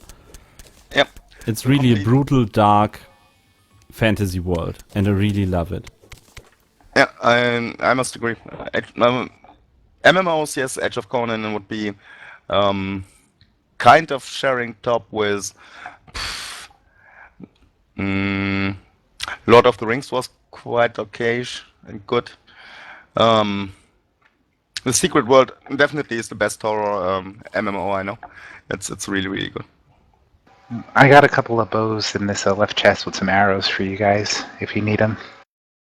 This way we maybe don't have to worry about jumping around trying to knock the lens out of the sky. We just shoot it down. I think Tracker, I threw you a bow earlier and you might have caught it, I'm not sure. Yeah, I think I've got a bow in my inventory. But I can craft a couple of arrows myself, so no big deal about that. Well, while we were talking, I may have taken out a forest, so I've got like 300 for myself, and I left you guys like a stack of 100 apiece. So there should be more than enough. There's more than enough to go around, I'm sure. Yeah, sure. So, yeah, that would be my games. Now Jackie's turn, if I remember correctly. I think my third game is Deus Ex. It's a really good game, and I like the Cyberpunk elements? Szene Variante world. Yeah. I just started playing Deus Ex. The first one? Yeah, because I missed it. I never played it. I didn't have a lot of money growing up, Yeah. So, like, I only got internet in 2000, I think 5, like when I was like 21. So we didn't even have. If I wanted to download stuff, I'd have to go to like a friend's house, Yeah. Didn't have a lot of money. So like, I played Half-Life, but like I missed like Deus Ex. Never played it. I just playing through the tutorial level. I'm like, I can immediately see why people love this so much because there's just so much stuff you could do. They're like, well, you could hack the door, or you can blow the door off its hinges, or do this or that. And It's more of an RPG than a shooter, to be honest. Cyberpunk Skyrim. Yeah, probably is a good way to put it, exactly. yeah. Without the huge open world. Yeah, but the levels on their own though are still pretty like freaking open. They are really huge. That's one of the games I would really love an open world variant of. Yeah, that would be great. There's no really good cyberpunk MMO out there, and no open world game. I know, and I'm such a big cyberpunk fan, so it's a shame. You know that CD Projekt Red's making a cyberpunk game. The people who make The Witcher. How's it called? Cyberpunk 2070 or something like that. I think. something like that. Yeah, that's actually and that's actually based on one of my favorite pen and paper cyberpunks, which is Cyberpunk 2020. So it has the core book is Cyberpunk 2020, and then it has additional books, so it goes like till I think Cyberpunk 2150 or so.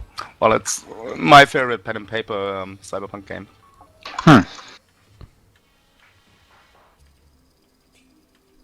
I guess I'm Actually, I ran a forum game with that one as a base for I think 3 years or so, and it went quite well.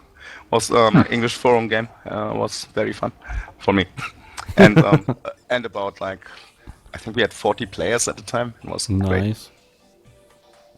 Okay, well, I think we still need to track down like one more lens, right? Unless Yeah. somebody's found one. Yeah, I don't have any. I guess like I'm the only one who has to go last, right? Everybody else did their 3. Yeah. Yep. It's so hard. I think probably like what would be a really good fit. I think I would say probably Killing Floor. I actually never played that game, if I remember correctly. No, me neither. I It's know it's it was like Left 4 Dead, but greater. Well, Right. I got Left 4 Dead when it was on sale at some point, I think. And I played it for like a month, and then I'm like, I'm tired of this game. Yeah. And then a friend suggested Killing Floor, and I picked it up, and it's slower and more tactical. And I still play it to this day. And Killing Floor 2 is coming out soon, I think, and I'm really excited about that, personally. Basically, like, one of the main reasons I like it, aside, it's got, a good classic, like, heavy metal kind of soundtrack, lots of really good rock music. So, that's one thing about always the bonus in my eyes. Yeah. it. I was about to Another- say, sign me up. Another thing is, let's see, what else is there? Like the guns, they don't hamstring the guns in the game. Like Call of Duty, if you get like the the AA-12 automatic shotgun. Yeah. There's the lens. Okay, we could head off to the right and get this thing made. Okay. We Wait. just need to. I've got the 3. I will throw them to you now. All right. Okay, I got 4, so I need Surya 2. should have the last 2. Yep. I'll throw. I'll first fight for my life, and then I'll throw. somebody. All right, we're really close to the house. Let's go back to the house and figure that out. Then we can go and run and make the thing. But like kill it like the AA-12, the automatic shotgun. A lot of games you play it like Call of Duty or Battlefield, and you get like a crippled version of it. It's only got like a 10-round box magazine. Yeah. Killing Floor gives you the 20-round magazine. Nice. So they are shooting for accuracy about the actually, weapons. The guy, like I think, like the CEO of Tripwire, the company who makes it, is like really big into guns. Like there's no. It's the same company that made a Red Orchestra. Yeah, I really so- love that game. Yeah, so like it's all iron sights. There's no crosshairs in the game. And then there's the levels of absurdity. Like if you were to play the demolitions perk, like grenades and stuff, you could have a single shot grenade launcher, a 6-shot grenade launcher, like 11 pipe bombs, like 8 grenades, a pistol, and a knife, all on the same character if you're like max leveled. So they don't do stuff where it's like, well, you get like a grenade and 2 guns. It's possible to have like 6 or 7 guns on you potentially, or weapons, and you could do all kinds of really crazy stuff. And I like the way the mechanics feel. I like it's challenging and actually requires like a good amount of teamwork. And I like that it just doesn't try to like baby you, but like they don't give you crappier versions of the guns, which Yeah. a lot of games like to do. And then 2's coming out soon, and I'm hyped about that. I hope they do it right. So that probably would be like my 3rd one in my top 3. Okay. Tough question. I think I really had to think about it too. The top 3 games. Anyway, we've reached another hour. So, do you want another break? Yeah, sure. Let's take another break. This would be a good point to stop. Sure. Yeah. Okay. Then let's do that. We'll be back in roughly 5 to 10 minutes. And don't go anywhere. And we are back in our number 3 of the Spielunke podcast still with our lovely guest, Robert from TechRaptr's.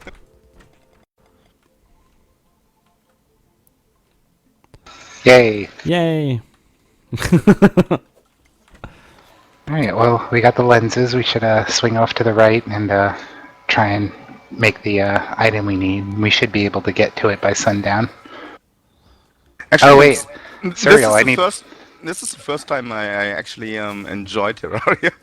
See, I told you. Cereal, I'm gonna need the 2 lenses you have. You still didn't give them to me. I put them into the chest. God damn it. Only thought you ones took with them because you were- professionals. No, I didn't, because I wasn't paying attention. Mein Gott. Alright, I got him. Ouch. You'll be the perfect German truck driver, mein Gott.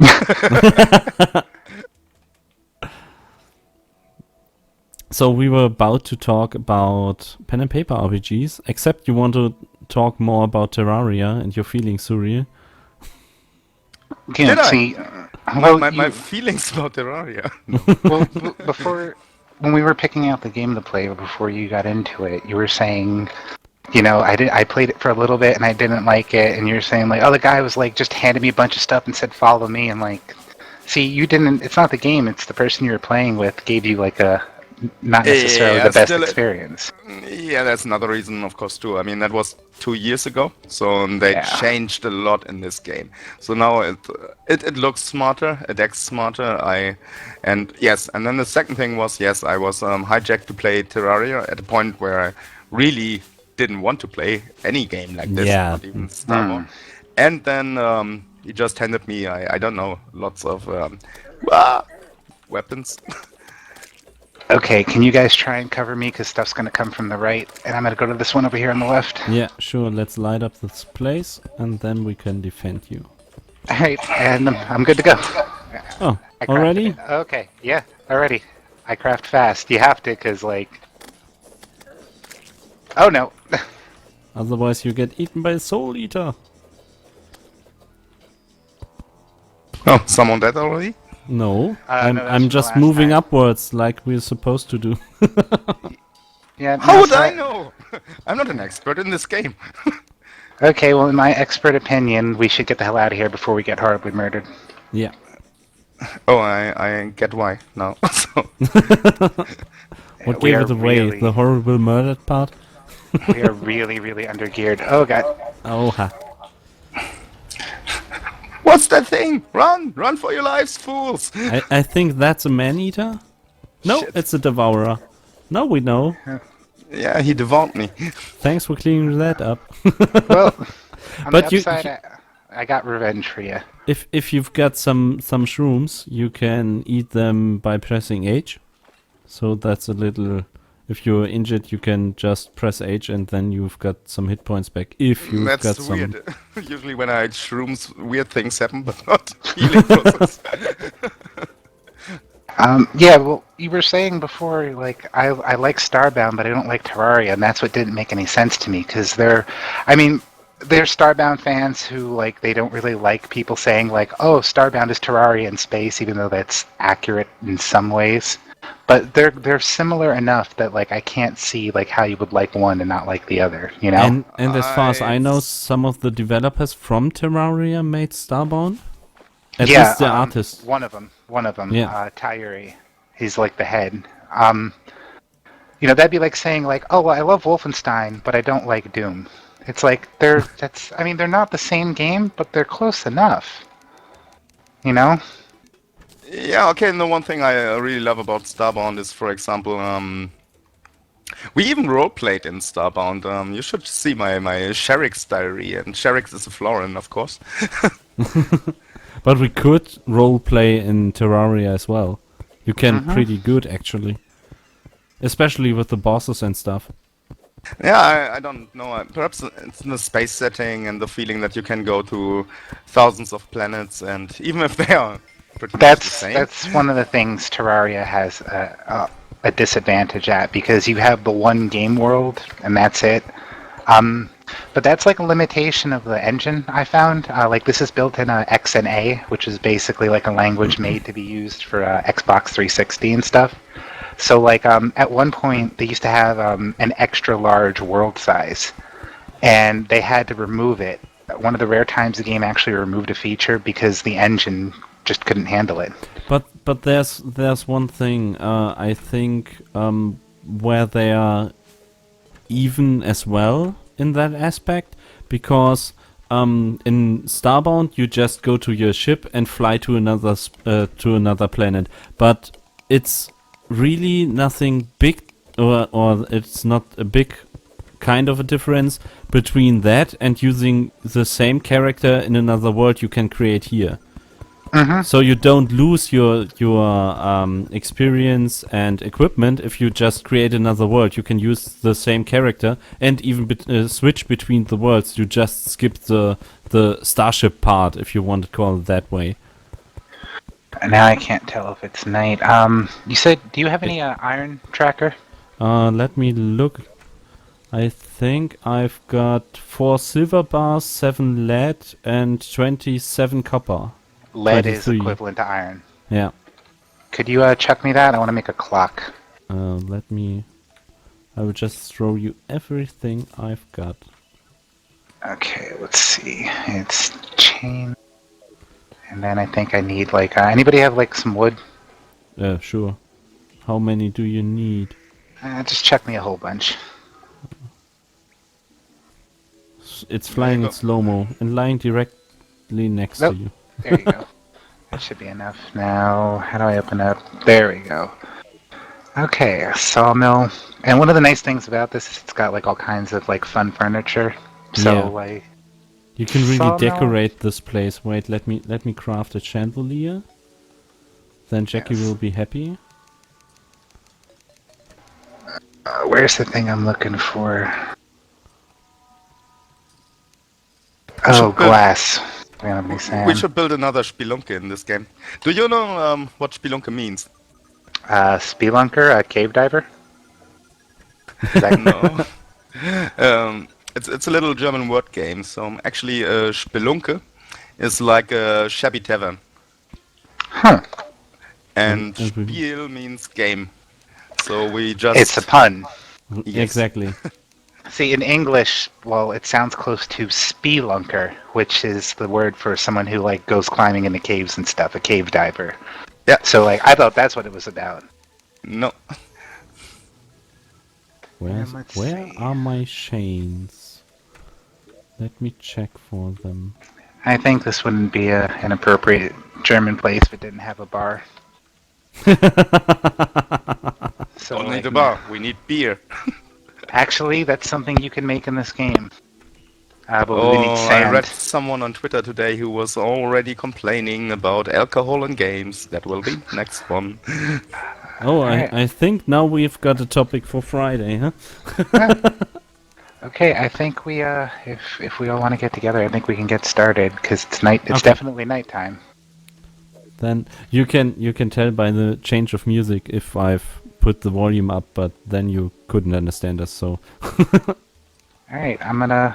Everybody ready? 'Cause I'm gonna put Yeah, the I'm timer ready. in. come out here. There comes the Cthulhu. wolf. Oh, there he is. Pew pew. Pew pew. Wait, where are my flaming arrows? Don't eat me. I'll just make a whole bunch of jester's arrows. How to sort it out. There you go. I'm gonna cast magic missile. I'm gonna cast it at the darkness. Oh, hit him! Hit. Summon Yoxotas?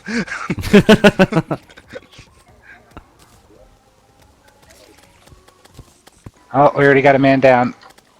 Now he's eating. Now he's eating all the NPCs. That's not good.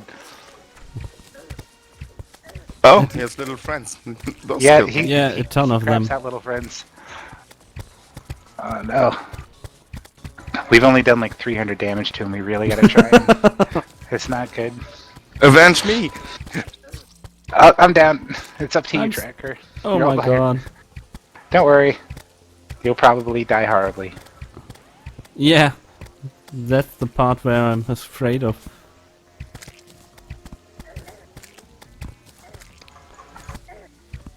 Leading it twice through our home wasn't the best idea, no? Oh, probably not.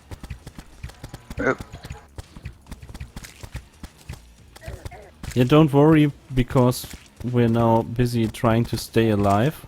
That's why we don't talk that much. Ow. We are really poorly equipped to fight this, but thankfully we have numbers on our side. I say we nuke this place from orbit. Only way to Just to make sure, no? My experience, you shoot enough arrows at something, it'll die. If it bleeds, we can kill it. Good. True enough. Actually, those movies aren't that silly in German. Obviously. Okay, now he's angrier. Oh, well, I'm dead again. Come on, trucker, show us your enrage. Yeah, the problem is I ran out of arrows. There should be some more in the chest No. on the left. Nom nom nom. We will get him. Oh, yeah. He had a snack. Careful. He's well fed now. I'm just gonna try and run to the left so you guys have a sec to recover. Okay. Oh, I'm gonna die real soon. Yep, I'm dead. Let's hope he doesn't run away. Come on. If all of us are dead at like at the same time, I think he's gonna fly away and like we're not gonna have the opportunity to beat him. So we gotta try and have like one of us. And if Oh, it we'll becomes beat them, no worries. if it comes daytime, he's gonna run away too. Wah! Don't click out of the window. Come on. Yeah, I almost shut down my computer at one point. Like, nope, Yeah. no, don't press that button. You're in the middle of a boss fight. Do you really want to switch windows now? No, I don't. That would be an intelligent Windows. Come on, die already. It's hard to tell like which are actually like my arrows and which are like your guys. And then it's raining and snowing at the same time. Come on, he's almost dead. Yeah! Go ahead. Alright. And I grabbed all the loot, because I'm a little looter. So, let's look what we've got here. Should be a bunch of demonite ore and shadow scales. Let's... If I can find it in my inventory... Let's look. Demonite Well, I'll ore. go inside. It's raining like shit. Yeah, I'm well protected. And see, that's just the first boss. And then, you know, and like there's reason to like fight the bosses like multiple times. Like the stuff he gives you, the equipment he gives you lets you make multiple useful items. Yeah, you Swords, can- picks, and stuff. You can recraft the demon ore into really great armor and weapons. So let's Okay. see if we can get some So out of perhaps it. I should be fair and give this game another chance. But well, Oh, you should. It's like there's a lot here. There's more here than there is in Starbound, just because there's not a whole lot in Starbound yet. Still, I actually didn't Have you played the played much since the last update. So Starbound will be the next one of those and that I'll spend more time with again. yeah? Have you played since the winter update? no, you know I haven't actually. I haven't really had like a particular desire to play. I've been mainly spending a lot of time in City Skylines lately. Oh yeah, that's a game I really need to check out. Yeah, it's Yeah. great. I love it. It's, I love it too, but it's I've frustrating. waited. Yeah, I've waited for. No, it's not. I've waited for a true. Really not. I've waited for a true SimCity that would, catch me like the first SimCity years and years ago did, and I never found it. And this one finally did that, and it's the first game where I managed to build a city that's stable, and it's a city that I actually would like to live in. Fair point. Just for showing off purposes, I'm going to craft the war axe of the night. So, Skylines dudes and gals, good job. Well, like one of the things that's like really been getting me is some of the in City Skylines, at least, some of the messages are like kind of like unintuitive. Like, I had my last city, I got a city to 80,000 Sims, and then it collapsed because there wasn't enough goods for the commercial district to sell. And the industrial district was saying, like, you didn't have enough workers, which kind of didn't make sense to. Apparently, like, as I understand it, I think, like, you need to make sure everybody actually isn't completely educated. Because if there's not enough, basically, if there's not enough dumb people to work in the factories, like the factories just don't have enough workers, which seems like really counterintuitive to me, you know? That's kind of the issue in Tropico as well. If you, at least they are smart enough, if they really don't find another job, they go there and do something. But you have to keep your population dumb there as well. But that's Yeah, a see, whole other I setting. I kind of steered that via the housing. So I built shoddy housing close to industrial zones, so I knew educated people would not go there. So So you're doing like a kind of Darwinian thing there. Only stupid people would live here, and those people that do will work in the factories. well, in real life, I would say that it's an unfair assumption that people working in an industry sector are dumb in any way. Yeah, see, Or- that's one of the things that, I mean, like, not to stereotype, but, you guys are German. You're pretty big on the whole manufacturing thing. You know it's not like just a dumb guy pulling a lever in a factory. There's a lot of serious engineering and stuff involved, and a lot of, so it's like really like only somebody with a high school education, like it's been a hurdle I've had a hard time overcoming. But I think also like one of the problems is like I might have made too many offices instead of like industrial, probably. I don't know. I'm still figuring it out. It's a good game when you have like 50 hours in it and you're still figuring the game out. Like I still don't know how this works. I played it for like basically 2 days straight worth of time, but I still don't know how it works. But isn't that Well, one thing I would really like to see integrated into the game is that you can could actually upgrade industries and also the commercials. Not so much. Not only that the AI decides, okay, now this will upgrade to that and that, and still will use the same kind of workers.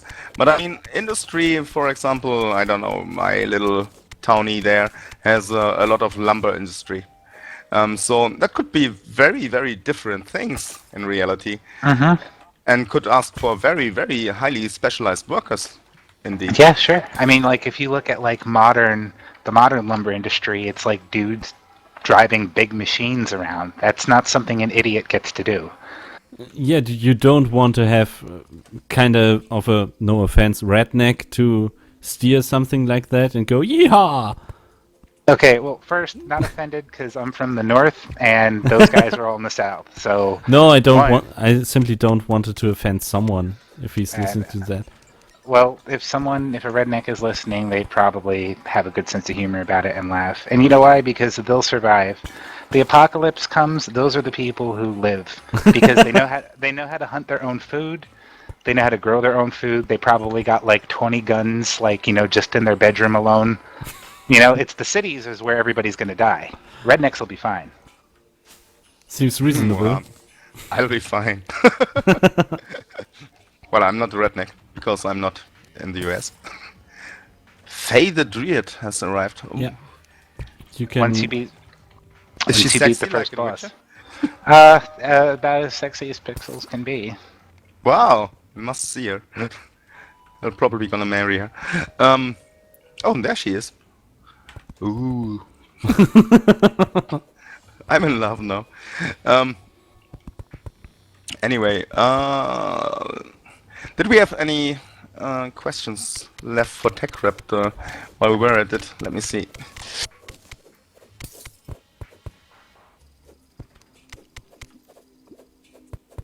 I guess we'll have to try and digging off to the side again here, Tracker. Yeah. Before we drown horribly. Oh no, that's slush.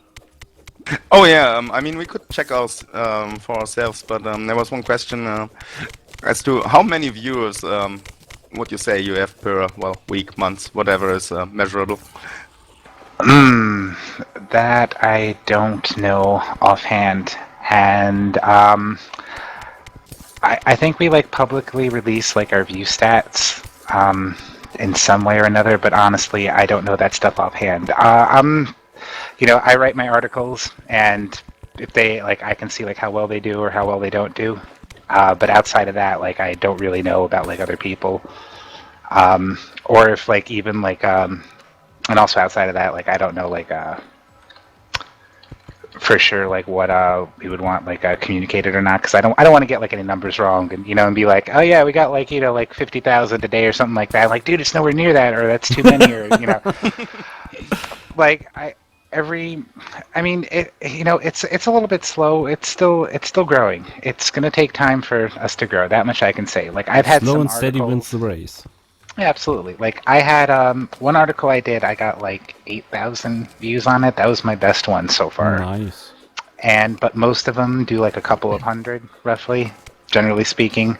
But I also don't write very often either. Is the thing, Like, I like to write long pieces. Like, one of the things our guideline says, like, I think reviews have to be a minimum of like 700 words or something like that. And I'm like, oh, here's my first one. It's like 2,000. Is that okay?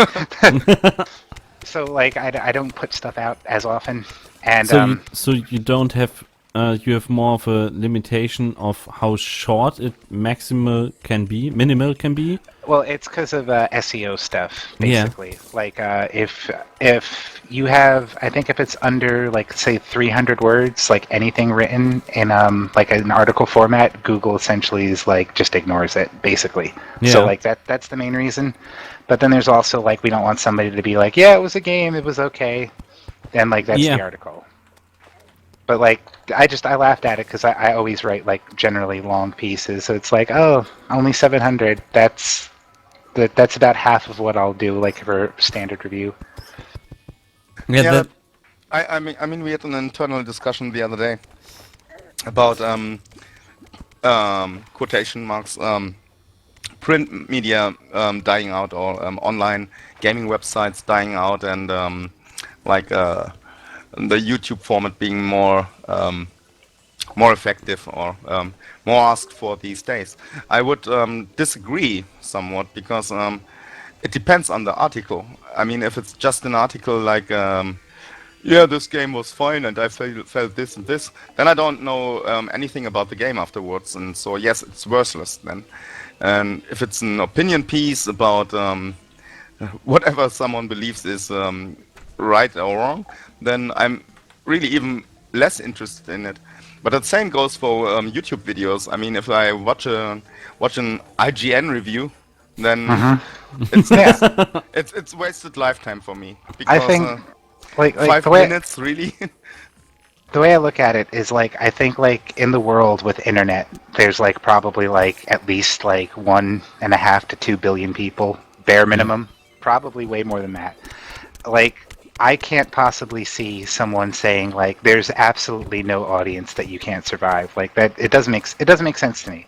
If it were true that like, what are you gonna, like, people don't want to read because like newspapers would have went out of business 10 years after television came out. Yeah, I still think that's true today. I mean, sure, bookstores like have been closing like left and right, but that's not because people don't read. It's just because there's stuff like Kindle out there. Yeah. So, like, I think it might be tougher. But I still think there's an audience. It's a big American thing that generally, like, the whole American dream thing is if you work hard enough, you can make anything happen. Kind of just like brute force it. I think that's true too. To a degree. So long as Rutledge Doggett believes in wanting to make TechRaptr's something great, and he doesn't give up on it, he will be able to make something great. And I think that applies for everybody who's there. So long as like we come at it from the right mindset, and it comes from like our heart, where we want to put out quality stuff, it might take time. It could be a long time before we really start to like, get off the ground and get like enough people reading where people can like actually start to like quit their jobs to just write solely for TechRaptor. But if we all like just believe in it and keep writing and keep working hard and be honest and not do anything stupid like, attack our reader base, like, not saying, I'm not saying anybody did that, but if that were to happen, that'd be a really dumb move. And Yeah. I think we'll be fine. It's just a matter of time. There's absolutely an audience out there. Yeah. You know, same thing like you guys. Like every person who's big, every single person who's big started out small and worked their way up. Some of them got lucky and had to do less work. Some of them didn't get lucky and had to do a buttload of work. Yeah. But you know, everybody starts from zero one way or another. I actually got... Actually, I mean, you call it the American dream in America, but I think it's one of the things that It's universal. I found out through my work that Americans and Germans are very similar in the belief that if you work hard enough, you can accomplish something. Well, because it's true. I mean, it's like you could boil it down to anything. Like if you wanted to demolish a house and I handed a dude a sledgehammer, I give him enough time, that house is coming down, you know?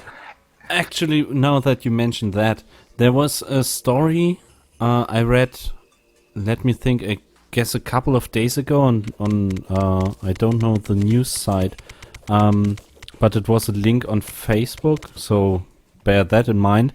It was in India, I guess, a really piss poor village. And the neighboring village was just 10 kilometers away, and they had hospitals and schools, etc. But the poor village couldn't get there because there was a mountain in the way. I think I know the one you're talking about. The guy like chiseled the path through the mountain like over 10 years. Exactly. Yeah, no, that's a real story that happened. What happened with that was it wasn't. They say it was a mountain. I mean, it was a lot of rock. Like, Yeah. If you look at the pictures and stuff, it's still very impressive what he did. The thing was, his wife, I think, was like chronically, like she was sick all the time, so she needed to go to the doctor all the time, but there wasn't any doctor in his village. So he did that not just for her, but for like everybody. And now, like instead of having to walk all the way around the mountain, they can just go straight through. Yeah. And that's true. Speaking of India, I mean, both Americans and Germans would pale if you'd look at Indians because they really just now I think start to live that what we would call the American dream, or what would we call it in German? I don't even know. Fleiß und Arbeit bringt dich weiter oder so. Oh, you have to be careful with that. No, I was deliberately avoiding the Nazi version, but I mean... You know, that was just floating in my head. Don't say, like, you know, the thing that's written above Auschwitz. Don't say work will set you free in English or German. Don't say it. Please, don't make the joke. And you did it for me, so thank you. No, I was avoiding that one, so I'm quite conscious of that. So no, but in India, when I go to India, and I was there like I think a bit more than a dozen times now. In Mumbai, especially, you see, we'll always get suites in hotels like 5-star hotels somewhere, but you just have to look outside and you look directly into slums. Yeah, see, that's what I was about to say. It's like, yeah, I mean, lots of countries. I don't think there's a country in the world that doesn't have, like, something close to a 5-star hotel. Doesn't mean everybody else is living good, you know? Yeah, No, but the thing I meant is, okay, the first time you're there, you think, oh, well, yeah, that's... I feel pretty shitty now because I'm in this little palace of a room, and down there are people... And then you watch the people. And then you learn more about the people. So for example, speaking of hospitals, if you go to a hospital in India, you must have a credit card, or you must have a bunch of money, because they will in many regions they will not treat you unless you can provide the money. So but and most people cannot afford like medical insurance. So That's so America's similar in a lot of ways. We're just now kind of starting to fix that. So one of the things that happened there one time when I was there was in the midst of the night, actually an engineer from England was calling me, and he said, "How much money do you have? Could you get from the bank in 1 hour?" And I said, "Oh, I don't know. How much in rupees?" Well, get the maximum you can get. and I'll pick you up at the hotel. And I said, well, yes. Like, my first question would be like, so do you have a gun to your head? Like, is this like a hostage ransom thing? Do I need to call the police? No, I knew him, and so I didn't ask any questions. I went to the... I don't care if like it's somebody I've known for 10 years. If he's like, I need you to go to the bank and get out all the money you can and then meet me here, I'll be like, yeah, sure, I'll be there in a few minutes. No. 911, He hello, said, police. No. He said he would pick me up at the hotel, and actually, the ATM machine was inside the hotel. So yes, I would have at least like looked in the back seat beforehand, like make sure there's not like a dude with like a AK-47 back there, to just poking your friend in the back. Drive. That's not possible anymore because before you go into a hotel in India, what happens is, especially They have in metal Mumbai, detectors. Yeah, I know because of the Mumbai attacks. not only metal detectors, they fully search the car. So Whoa. So, well, okay, I did exactly that. And so what happened was, one of our engineers, he had an accident with a motorcycle, and he needed blood. And so there's two ways to get blood. So first way is you pay them. Second is you actually you actually give them some of your own blood. So what usually so their form of insurance is, if something happens to someone in your neighborhood, you go and you give them blood, and all the money you can get from your bank at that moment, because it could happen to you the next day, right? So that's a very direct form of insurance. So we went to the hospital together, and I said, oh, well, if it helps, I can also give some blood. So, but yeah, thanks to our company credit cards, we made it with money, and I think I only gave 1 liter or so it wasn't that much of blood then, and so yes, that's another system, but it works. And you see that, but you see this American dream on the streets. If you just if you're just courageous enough to walk through them, and that's something that really impressed me, and that's something I think both Europe and America must find back. We are whining too often, and we forget about basic problems. But we are not a political podcast, so just meant to say. Well, that whole thing right there. That's a logistical fallacy, the fallacy of relative privation. So, like, where you say, like, how can you worry about this when there's kids starving in Africa? You know, is the basic idea of, I'm not a kid starving in Africa. That's why. I mean, it's a little cold to say it, but that doesn't affect me.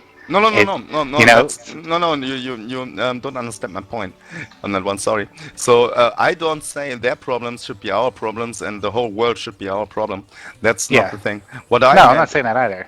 What I meant is these guys are very inventive, and that's something I think we kind of lost. Yeah, maybe. Like in what particular ways do you? Oh, like I think I could know like some of the stuff. There's this like one thing with in Africa, that kid who did the TED Talk. He basically built like a windmill out of garbage after taking some books out from the library on physics, so his little town could have like electricity. You know, so I mean, we have it pretty comfortable. We don't have to do stuff like that. I don't know about you, but I haven't had to build a windmill from scrap to get the lights on. Not recently, no. Yeah, we got it pretty easy in that respect. It could be a good idea, though, considering the price of Yeah, it can be pretty bad sometimes, so yeah. But we don't have to be that inventive, though, because we do have it easy on a lot of stuff. That's one of the things that I think frustrates me the most, is that, like, we have, like, the capability to cover everybody on everything. Like, we produce enough food for everybody in the world. Like, really, like, everybody could be fed if we could just, like, actually get it to them and share it without being dicks about it. But we can't, so people suffer. And without it rotting on the way there. I think logistics is kind of a problem there as well. No, I don't think logistics is a problem. It's our whole market system. Yeah, that as well. It's like, I mean, some of the stuff is just like crazy to look at. Like, like here with like the way like American medical care used to work. It's basically they'll stabilize if you go into a hospital and like you got shot or something and you're bleeding. They'll stop the bleeding, but after that, like you're basically on your own. So if you don't have insurance, and like there is stuff where like insurance can be like, okay, you've cost us too much money, we're dropping you now. What? And if you were to say that to like, that's one of the greatest causes of bankruptcy in America is medical debt. Somebody gets really sick in your family, and now somebody's got hundreds of thousands or millions of dollars in medical bills Yeah. to pay. But like, if you were to say somebody in the really frustrating thing is like, especially because I have like friends all around the world, the internet and being what it is, it's like I know this isn't how it is in most of Europe. It's not that bad. So it'd be like, you try to talk to people, and it's like, dude, it'd be like you get shot. The cops catch the guy, and then they give you a bill for catching the guy. Doesn't that sound crazy to you? I'm like, yeah, then why is it okay in a hospital? And it's not, but I think we'll fix it. There's this famous quote by Winston Churchill, Americans always do the right thing eventually.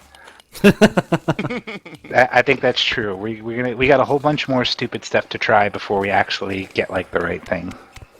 Change does need time. You can't just change anything overnight. So, and I guess, or I think you're on the right path now. Or at least on a better path. Well, in terms of healthcare, we are. If it weren't for Fox News calls it Obamacare, but it's the Affordable Care Act. If it weren't for that, I wouldn't have insurance. I haven't been to a doctor in like 10 years probably, just because I didn't have the money, And now, like a doctor visit, just like a standard checkup, is like probably minimum like 80-90 euros. That's a lot. That's a lot of money when you're pretty much flat broke. Yeah, sure. That's groceries for like 2 or 3 weeks. Yeah. And then on top of that, if they have to have like like a blood test done, that's like could be another 80 or 90 euros. And you could see how quickly somebody could go broke if they were like seriously ill or something. Yeah. So, video games. Yeah, please. Sorry for the distraction. Yes, sometimes it you goes guys were that way. saying stuff like pen and paper. I've been really into a tabletop simulator a lot lately. Yeah. Like, there's... I really want to be able to sit down with a bunch of friends and play, like, just games on it, because, like, they have so much stuff on there. Like on the Steam Workshop, like Battlestar Galactica, which is like a fun game. I don't know if you guys know about it at all. Yeah, I've seen a video about that. Yeah, played in Tabletop Simulator. Yeah, the whole trader mechanic. Yeah, I did too. Where he's a Cylon, or like like one person's a Cylon trying to actively like stop you, but also not get discovered. Like that seems like a really interesting sort of game. There's another game like that. I think it's called King Arthur or something. Well, there are many games like that, yeah. Yeah, there's the Resistance is another similar one, but it's like much simpler. Nope. Apparently you're shark food tracker. Yeah. I thought that would be nice for a change. Yeah, instead of drowning, then let the sharks have a little something. They are hungry too. Oh, of course, you gotta give them something. Well, and I just got taken out by a Viking.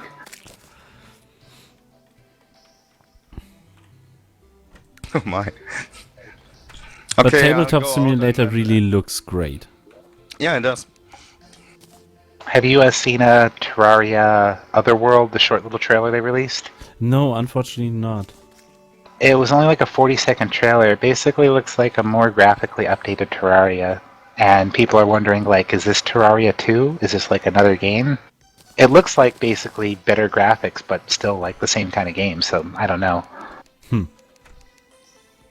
Because the developer, when the guy who made this, Redigit, came back, because like Terraria wasn't updated for like a year, basically. Yeah.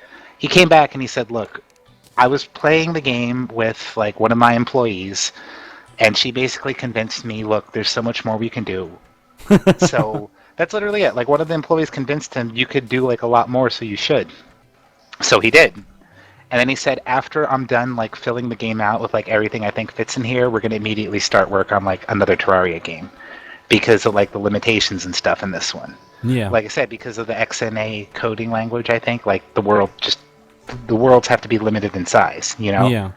So like they want to like avoid that problem and, you know, other things and other things and other things. Like I think he said that they could possibly do like infinite worlds where you just like never leave it, you know? Potentially. Yeah. So I don't know, it'll be interesting. And I mean, I can see now that the game actually isn't as bad as I thought. So, Well, when you're not being rushed, you know. Oh, we've died a whole bunch, huh? Now I see Yeah. the girls stacked up down, and that's definitely not all of them. No, some are deep underground. Meant to never be seen again. that's one of the most boring parts in Starbound, actually, finding metals to continue. Yeah, well, you do have to do your fair share of like grinding materials in this. Like, really, like if we were to ever play this again and try to progress further, we would probably need more armor, and to Yeah. like, which means we would probably have to fight that like 6 or 7 times more at least to get enough materials so like everybody has like decent armor. If we want to skip the metal in between, then yes. Otherwise, we Yeah. could try to use platinum or something like that. It might be harder to find platinum than it would be to find just Yeah. some lenses, you know. Exactly. Like that's the path of least resistance. The way I've always done it is I get like the nightmare kind of armor that you get off the Eye of Cthulhu, Yeah. and then after that I dig the elevator all the way down, and I just like very carefully dig out Hellstone and make like molten armor, and then that's good all the way up into hard mode. Yeah. Once you have all the molten equipment, you're pretty much set. Ah, and all this water, man. Yeah, that really annoys me. Oh, there's a cave to the left. Maybe we can get some of that stuff If there's out of here. any word in gaming you currently hate the most, which one would it be? I'll go first once again. I hate the word potential when someone is trying to review a game. Potential. Yeah, I have Yes. to second that. That Yeah. especially in MMOs. You see it in any kind of game, Yeah, but- especially but in early access games.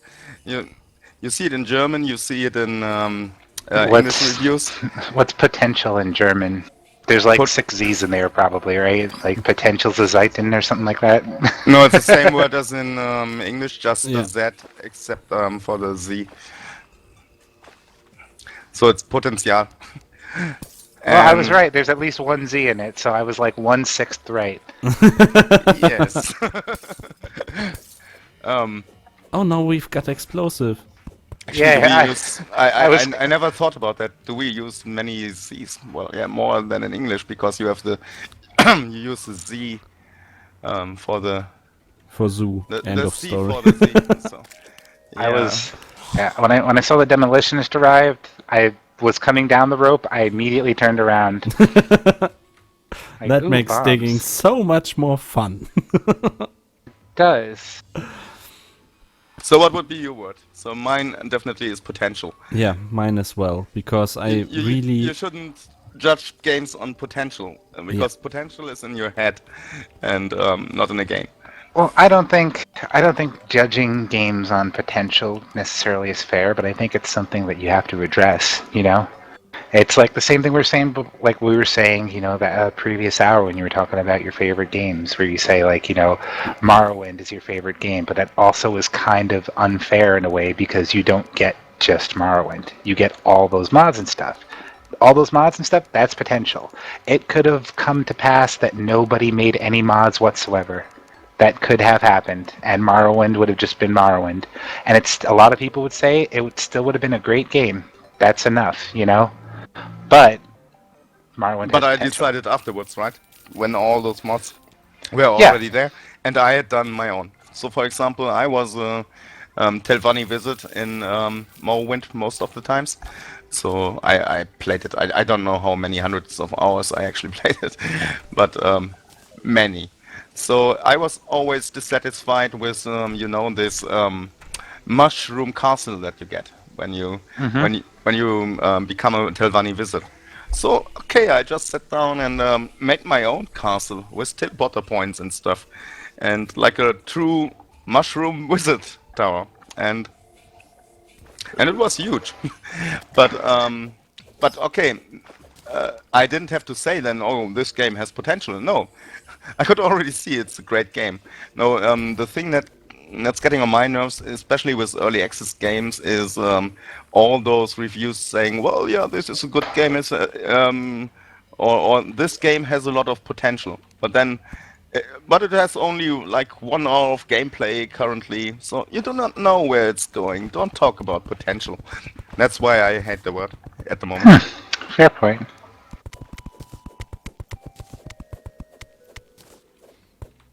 Yeah, for me it's kind of the same. If some people talk about MMOs and they say, yeah, the world has so much potential. Yeah, but will it ever be used?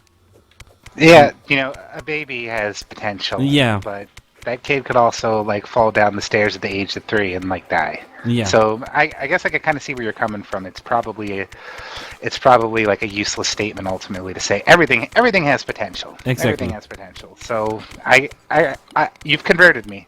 You've converted me. I could see why you dislike it, and I think your dislike of it is more than reasonable. Sorry, Tracker, I just abandoned you to your death. Good yeah, luck. no problem. I've made my awesome X of awesome. Except you throw dynamite on my head, then it will pretty be useless. I threw it over your head, not on your head. It went Okay. past it. This is throwing dynamite on your head. Hey, wait, what?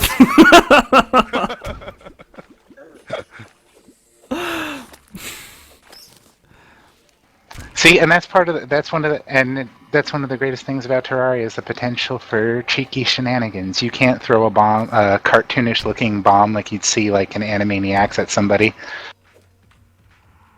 Not in Starbound, at least. Not yet. I'm sure there's mods.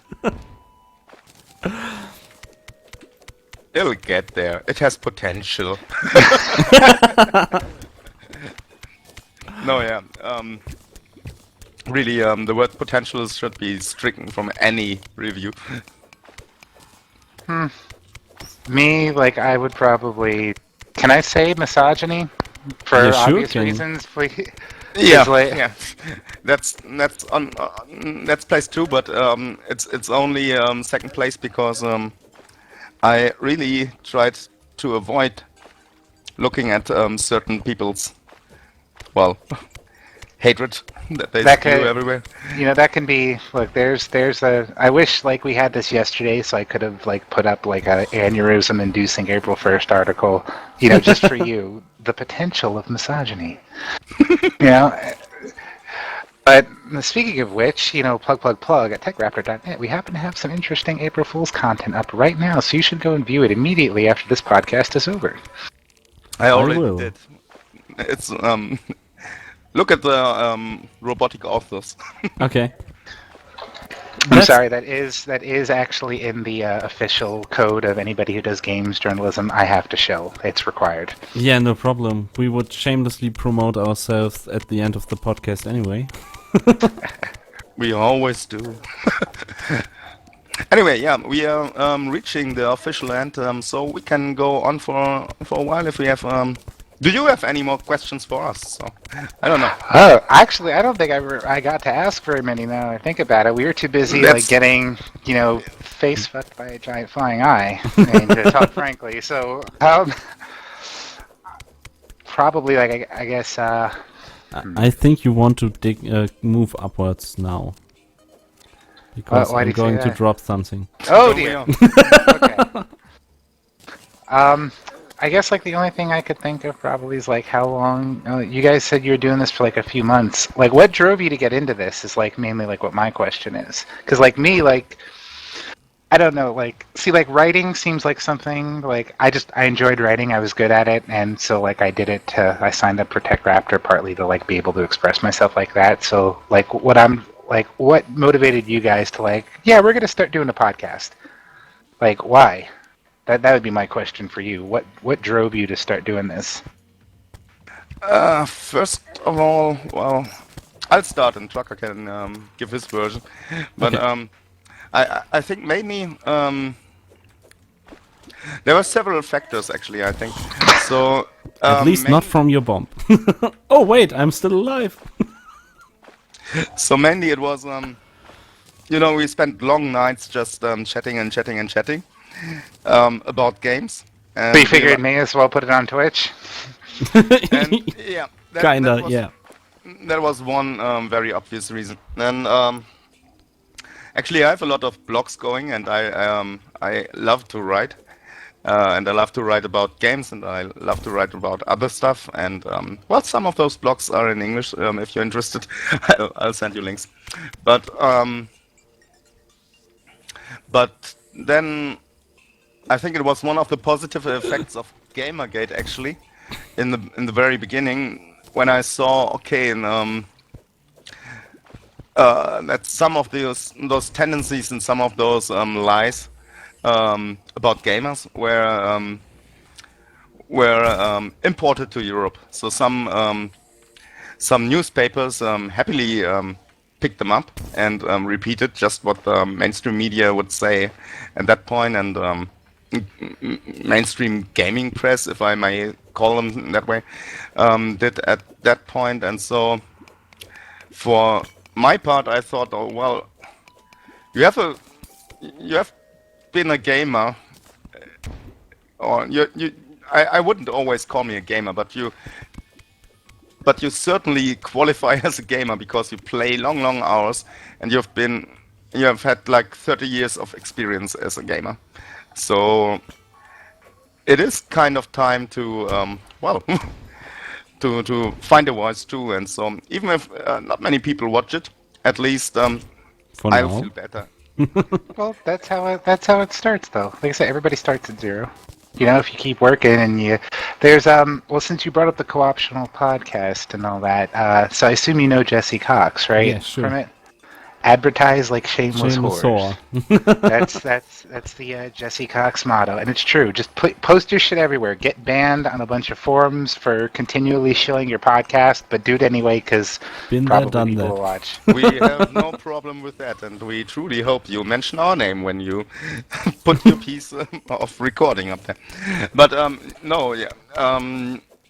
No, I think it's on the one hand I'm arrogant enough to say, well, I have a lot of expertise on gaming, and when I look at Anita Sarkeesian, then I certainly Trigger warning. then I certainly do have more knowledge about gaming and the history of gaming than she has, for example. And yeah, I think that mostly sums it up. It was the main reasons. I mean, I don't have to do it for the money, and I just enjoy doing it for my part. See, like that's one of the most insane things, like just like as like a gamer to me. If you went back in time 20 years and said one day there's going to be thousands of people watching other people play video games over the internet, you'd be like, nah, no Nah. way. It's crazy. Who would do that? Oh, PewDiePie's got 24 million subscribers. I guess at least 24 million people just for him. You know? Still don't know how he got it. There was a great video on it that talked about like how he got like heavily cross promoted because he lived in like one country then moved to another. So because YouTube counted him as international, he like got a lot of promotion through their algorithm. I think that's like the theory. I think, but I mean also, even if it's not your thing, he does put out entertaining content regularly. Yeah. And that's a big part of it is just consistency. Yeah. You know, Yep, consistency. That's what I always said in the beginning too. So we cannot miss out on. We were thinking about, for example, how often would we do the podcast? And originally we were like, okay, we would make an 1.5 hour podcast every 2 weeks or so. But that's not good enough, and we never did that actually. No. So we That went decided out the on- window right after our test Yeah. podcast. So Where we yeah, talked 3 hours, 4? 3.5 hours, I think, Yeah. was the first one, and the shortest one we have currently is 2 hours 50 or so. No. And so, I mean, we are already at number 17, and It's like with the interviews also. So we originally said, well, the first interview with anyone we should do when we reach that many viewers, and when we are at episode 25 or so. That was our original plan, and then I thought, no, that's stupid. Yeah, to be honest, we thought that because no one would otherwise go to our tiny little podcast to talk about video games for 3 hours. If they don't have the feeling they get the promotion for themselves, for example. Well, one of the best things you can... Well, I just came on because it sounded like fun, really, so I'm not too worried about hoarding myself out, although I still will, I'm gonna... Are you guys going to... Do you guys save VODs of this stuff and, put it on YouTube and anything like that? Well, see, here's the thing. See, I will shamelessly say TechRaptor.net is a fantastic site, and you should read it. And many years from now, when you guys are pulling in, 2,000 people on a podcast, people are going to go back, watch the video of this, and be like, oh, this is when they were starting out. Still, oh, yeah. I should check out that TechRaptor site. I wonder if it's still around. Oh, hey, it is. Hey, it's really popular now. That's how you got to look at it. Do either of you guys know Joe Rogan? Unfortunately, not. At least for me. Nope. He's kind of somewhat... He's decently big in the podcasting world. He does a lot of MMA stuff. He's one of the major announcers for Ultimate Fighting in America. Oh, okay. And he has his own podcast called the Joe Rogan Experience. He's up to episode 660 something. And he does one a week, and they're 2 to 3 hours. And if you go back to his very, very first episode, they're all on his YouTube. I think his YouTube is Powerful JRE. You look at his very, very first episode, and he's got oh, cool, the webcam lets me put snowflakes on the screen because it was Christmas or something. And it looks so crappy in quality. And at that time, he was in television shows, he was an actor, but he was still figuring stuff out. And you look at the modern one, and he has a television studio in his home, basically, with microphones and monitors and a producer and a setup, and he gets hundreds of thousands of views every week, and that's enough to support it and keep it going. So look at that. Look at one of his episodes today. Look at his first episode and the difference over all those years, and just strive to keep doing it and keep improving. And you guys could do that too.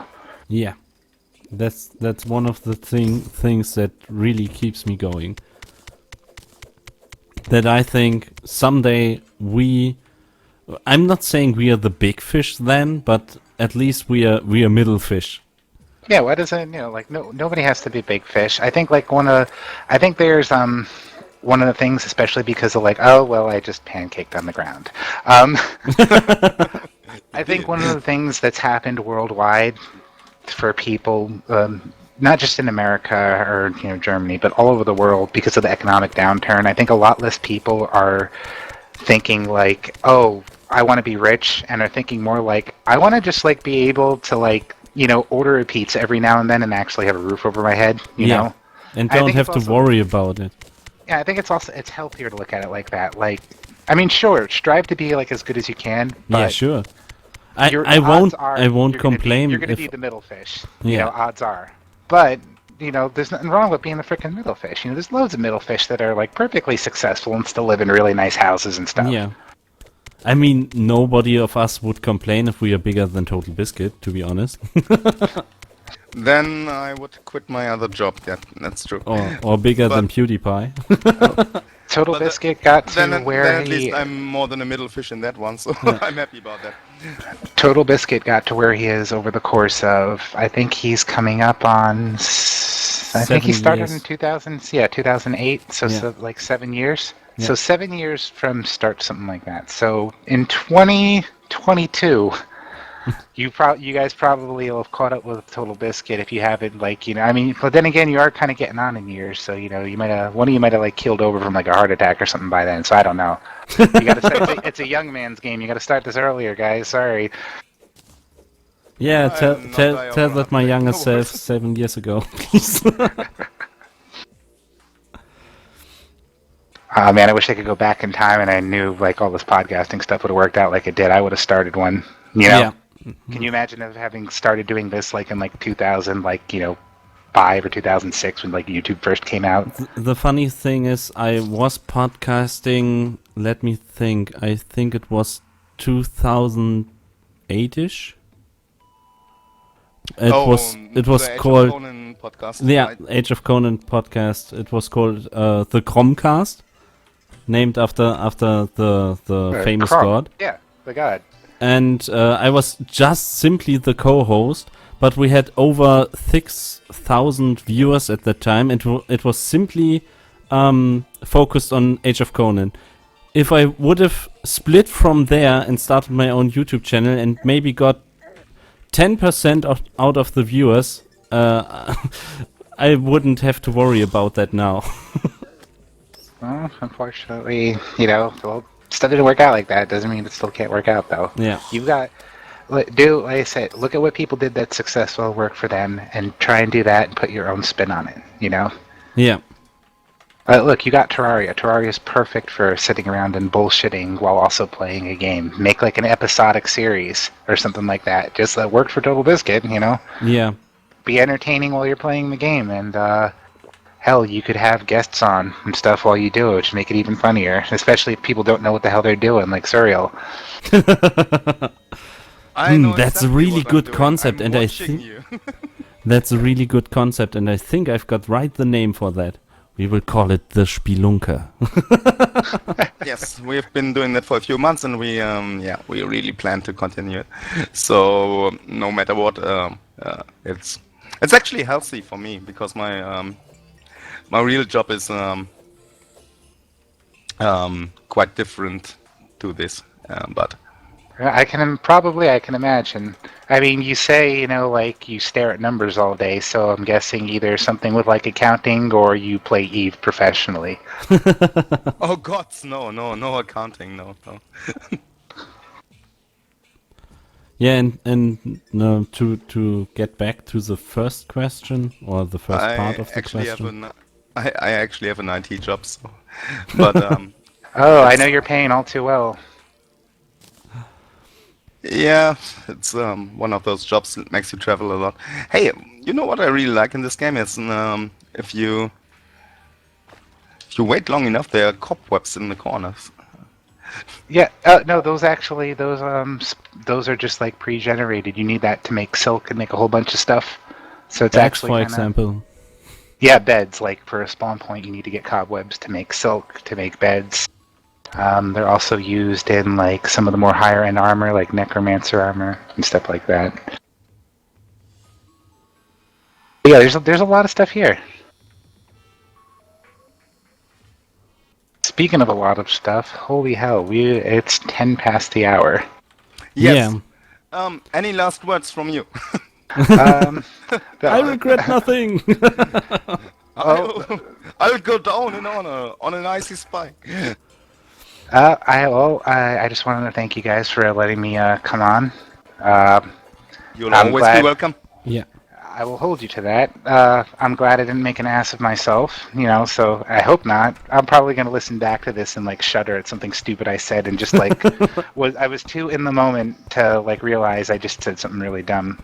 But no, I'm pretty sure I didn't, but you're always your own worst critic. Yeah, the only thing that article's garbage, and people say they really like it. That guy's an idiot. He says he really likes it. He obviously doesn't recognize it for the crap that it is. That's how creators are. I'm sure you go back, you watch your first podcast, and you're gonna be like, "What the fuck were we thinking?" Yeah. I guarantee it. Yeah.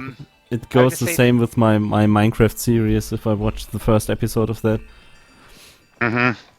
I would say check out TechRaptor.net if you want some decent gaming news without any like extraneous bullshit attached to it. I mean, we to be fair, we do have extraneous bullshit, except we put those in editorials and not in reviews and previews where they don't belong. I also want to give a shout out, I guess, to our streamers. TechRaptor actually has a Twitch channel. We do a lot of streaming. Particularly, I want to put out a shout out to Tanis because she is a streaming machine. Like, she does like a lot of it. Not all of it, but she does a lot of it. And it'd be nice to get more viewers on there on occasion. So follow Sidza on Twitter, CIDSA, for her to see when she's streaming because she's always pretty entertaining. I think she's currently working her way through all of the Final Fantasy games from the beginning. I think she just started like Final Fantasy 2 or something like that recently. OMG. All of them. And yeah, so follow Sidza on Twitter, follow TechRaptor on Twitter, and I guess you could follow me. I don't really say anything worthwhile. I just spam screenshots about city skylines and Euro Truck Simulator and about how I go straight through a roundabout because I'm an American. We don't have those here. That's about it for me.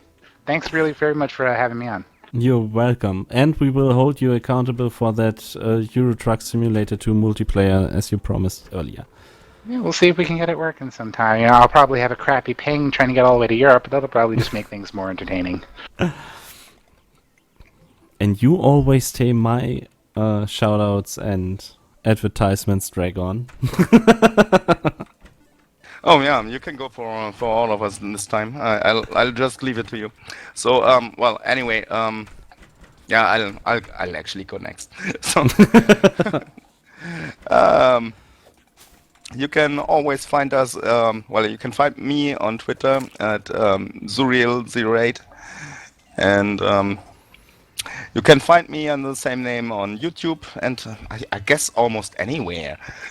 I just don't use all the places. But Twitter, and I'm pretty active on Twitter at the moment. I don't know why, because originally I hated Twitter, but it just well, it's just the cards fate deals you, and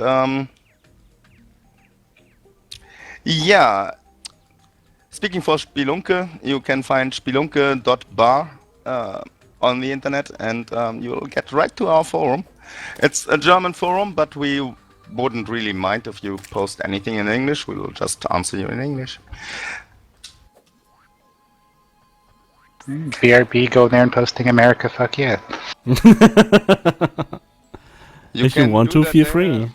Feel free. We will post Germany, fuck yeah, below it. And Belgium, fuck you. Oh. Fuck you, okay.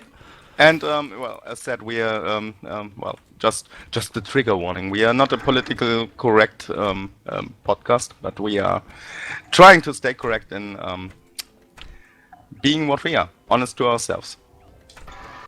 Deutschland, fick ja. That would be a literal translation, yeah. But we do know the word fuck around here and use it pretty often. I think we use it more often than fick dich, right? Yeah. For now, at least. Yep. Now there's that American cultural imperialism. You guys are appropriating American culture. I want to file a complaint. Yes. Your complaint is very important to us. Your complaint will be the next complaint after. I've heard... how many times have I heard that message? I've been the guy who gives out that message, so... Yeah. I was about to say thank you for your valid feedback. We will consider it in our next meeting. Considering it means it gets printed out of one machine and shredded in one the next over. Exactly. Exactly. But that would be a market space where you could dig in. A printer that already moves into the shredder. Yes, the 4D printer, it actually removes it in time. Anyway, but one last word from me. So I would really like to thank you for attending our little interview. And, yeah, sure, anytime. And I hope, I hope we really do this Euro Truck Simulator thing, because it sounds like great fun. Oh yeah. Yeah, it might be. I could ask around and see if anyone else wants to come along. I can say Xavier Mendel is a fantastic driver in that game. He's great. He follows all the laws of the road. Never crashes. He never has the truck. So he makes me sideways. look like. So he makes me look like shit. So yeah, we'll consider it. No, really, we would be happy to have any of you guys. Well, in any of our interviews again. And I'll shell it out. Right. And Trucker. Okay, let me do my little self promotion. I've got, as obvious, my own Twitch channel where I stream on Mondays and Wednesday. I stream ArcAge with my buddies. At least for now, we will see about that because we nearly reached a stalemate, kinda, because it ends in grinding and that doesn't make so much fun to watch. So we will see about that. And on Fridays, you can find the Spielunke podcast on the Twitch channel. It's called twitch.tv/Cormac. That is CHORMAK. And I've got a YouTube channel. It's called youtube.com/Doomtor, DOOMTORR, where I do Let's Plays and video game first impressions. Shamelessly stolen from Total Biscuit, but I do them in German and I add my personal little spin to it. And the series is called Und wie ist es? That is roughly translated, and how is it? And that's kind of the question you always get when you get a new game, so I thought it would be really great for a series. And yeah, the usual Let's Play content on there. And you can find me on Twitter. It's at trucker_tor. And on Facebook it's truckerLP. And that's about it. Shamelessly self-promoting finally complete. And I really want to thank Robert for sharing 3 hours and more of his life with us and survived it. It was a really great time, and I do hope you do come back for that Euro Truck Simulator. I will. I'm just, out of this whole thing, I'm glad that, Surreal being, a massive fan of Starbound, we redeemed Terraria. That's, I think, the best thing I got out of this whole thing. Aside from having, all the fun we did. Now I just made, a week of his life disappear to this game, probably. So I'll take pride in that, I think. Yeah, that's an achievement. He said he really hated it beforehand, and now he likes it. Achievement unlocked. Surreal's going to be up late every night this week. But we've got a final member of this podcast, which was really, really quiet before because he was a little afraid of his English. But you can find him as well in our Spielunke forum, where he promotes his art, which is drawn and photography. And he has an own DeviantArt channel, which I always forget. But which always comes up when we put this stuff on YouTube. Yes, he will be linked. Even though he was quiet, he is still a valid member of our team. He's a quiet partner. Hey, he helped shoot at the boss. That counts. Yeah. Yeah. He pitched in when we needed him. And that pretty much rounds up the show. Thank you all for attending. Well, all those who did attend. And thank you for watching. We wish you a happy good night, or evening, or whatever time of day you decide to watch it. And until next time. And happy Easter and stuff. Exactly. Happy Easter. See you next time. Bye bye. Bye. Bye.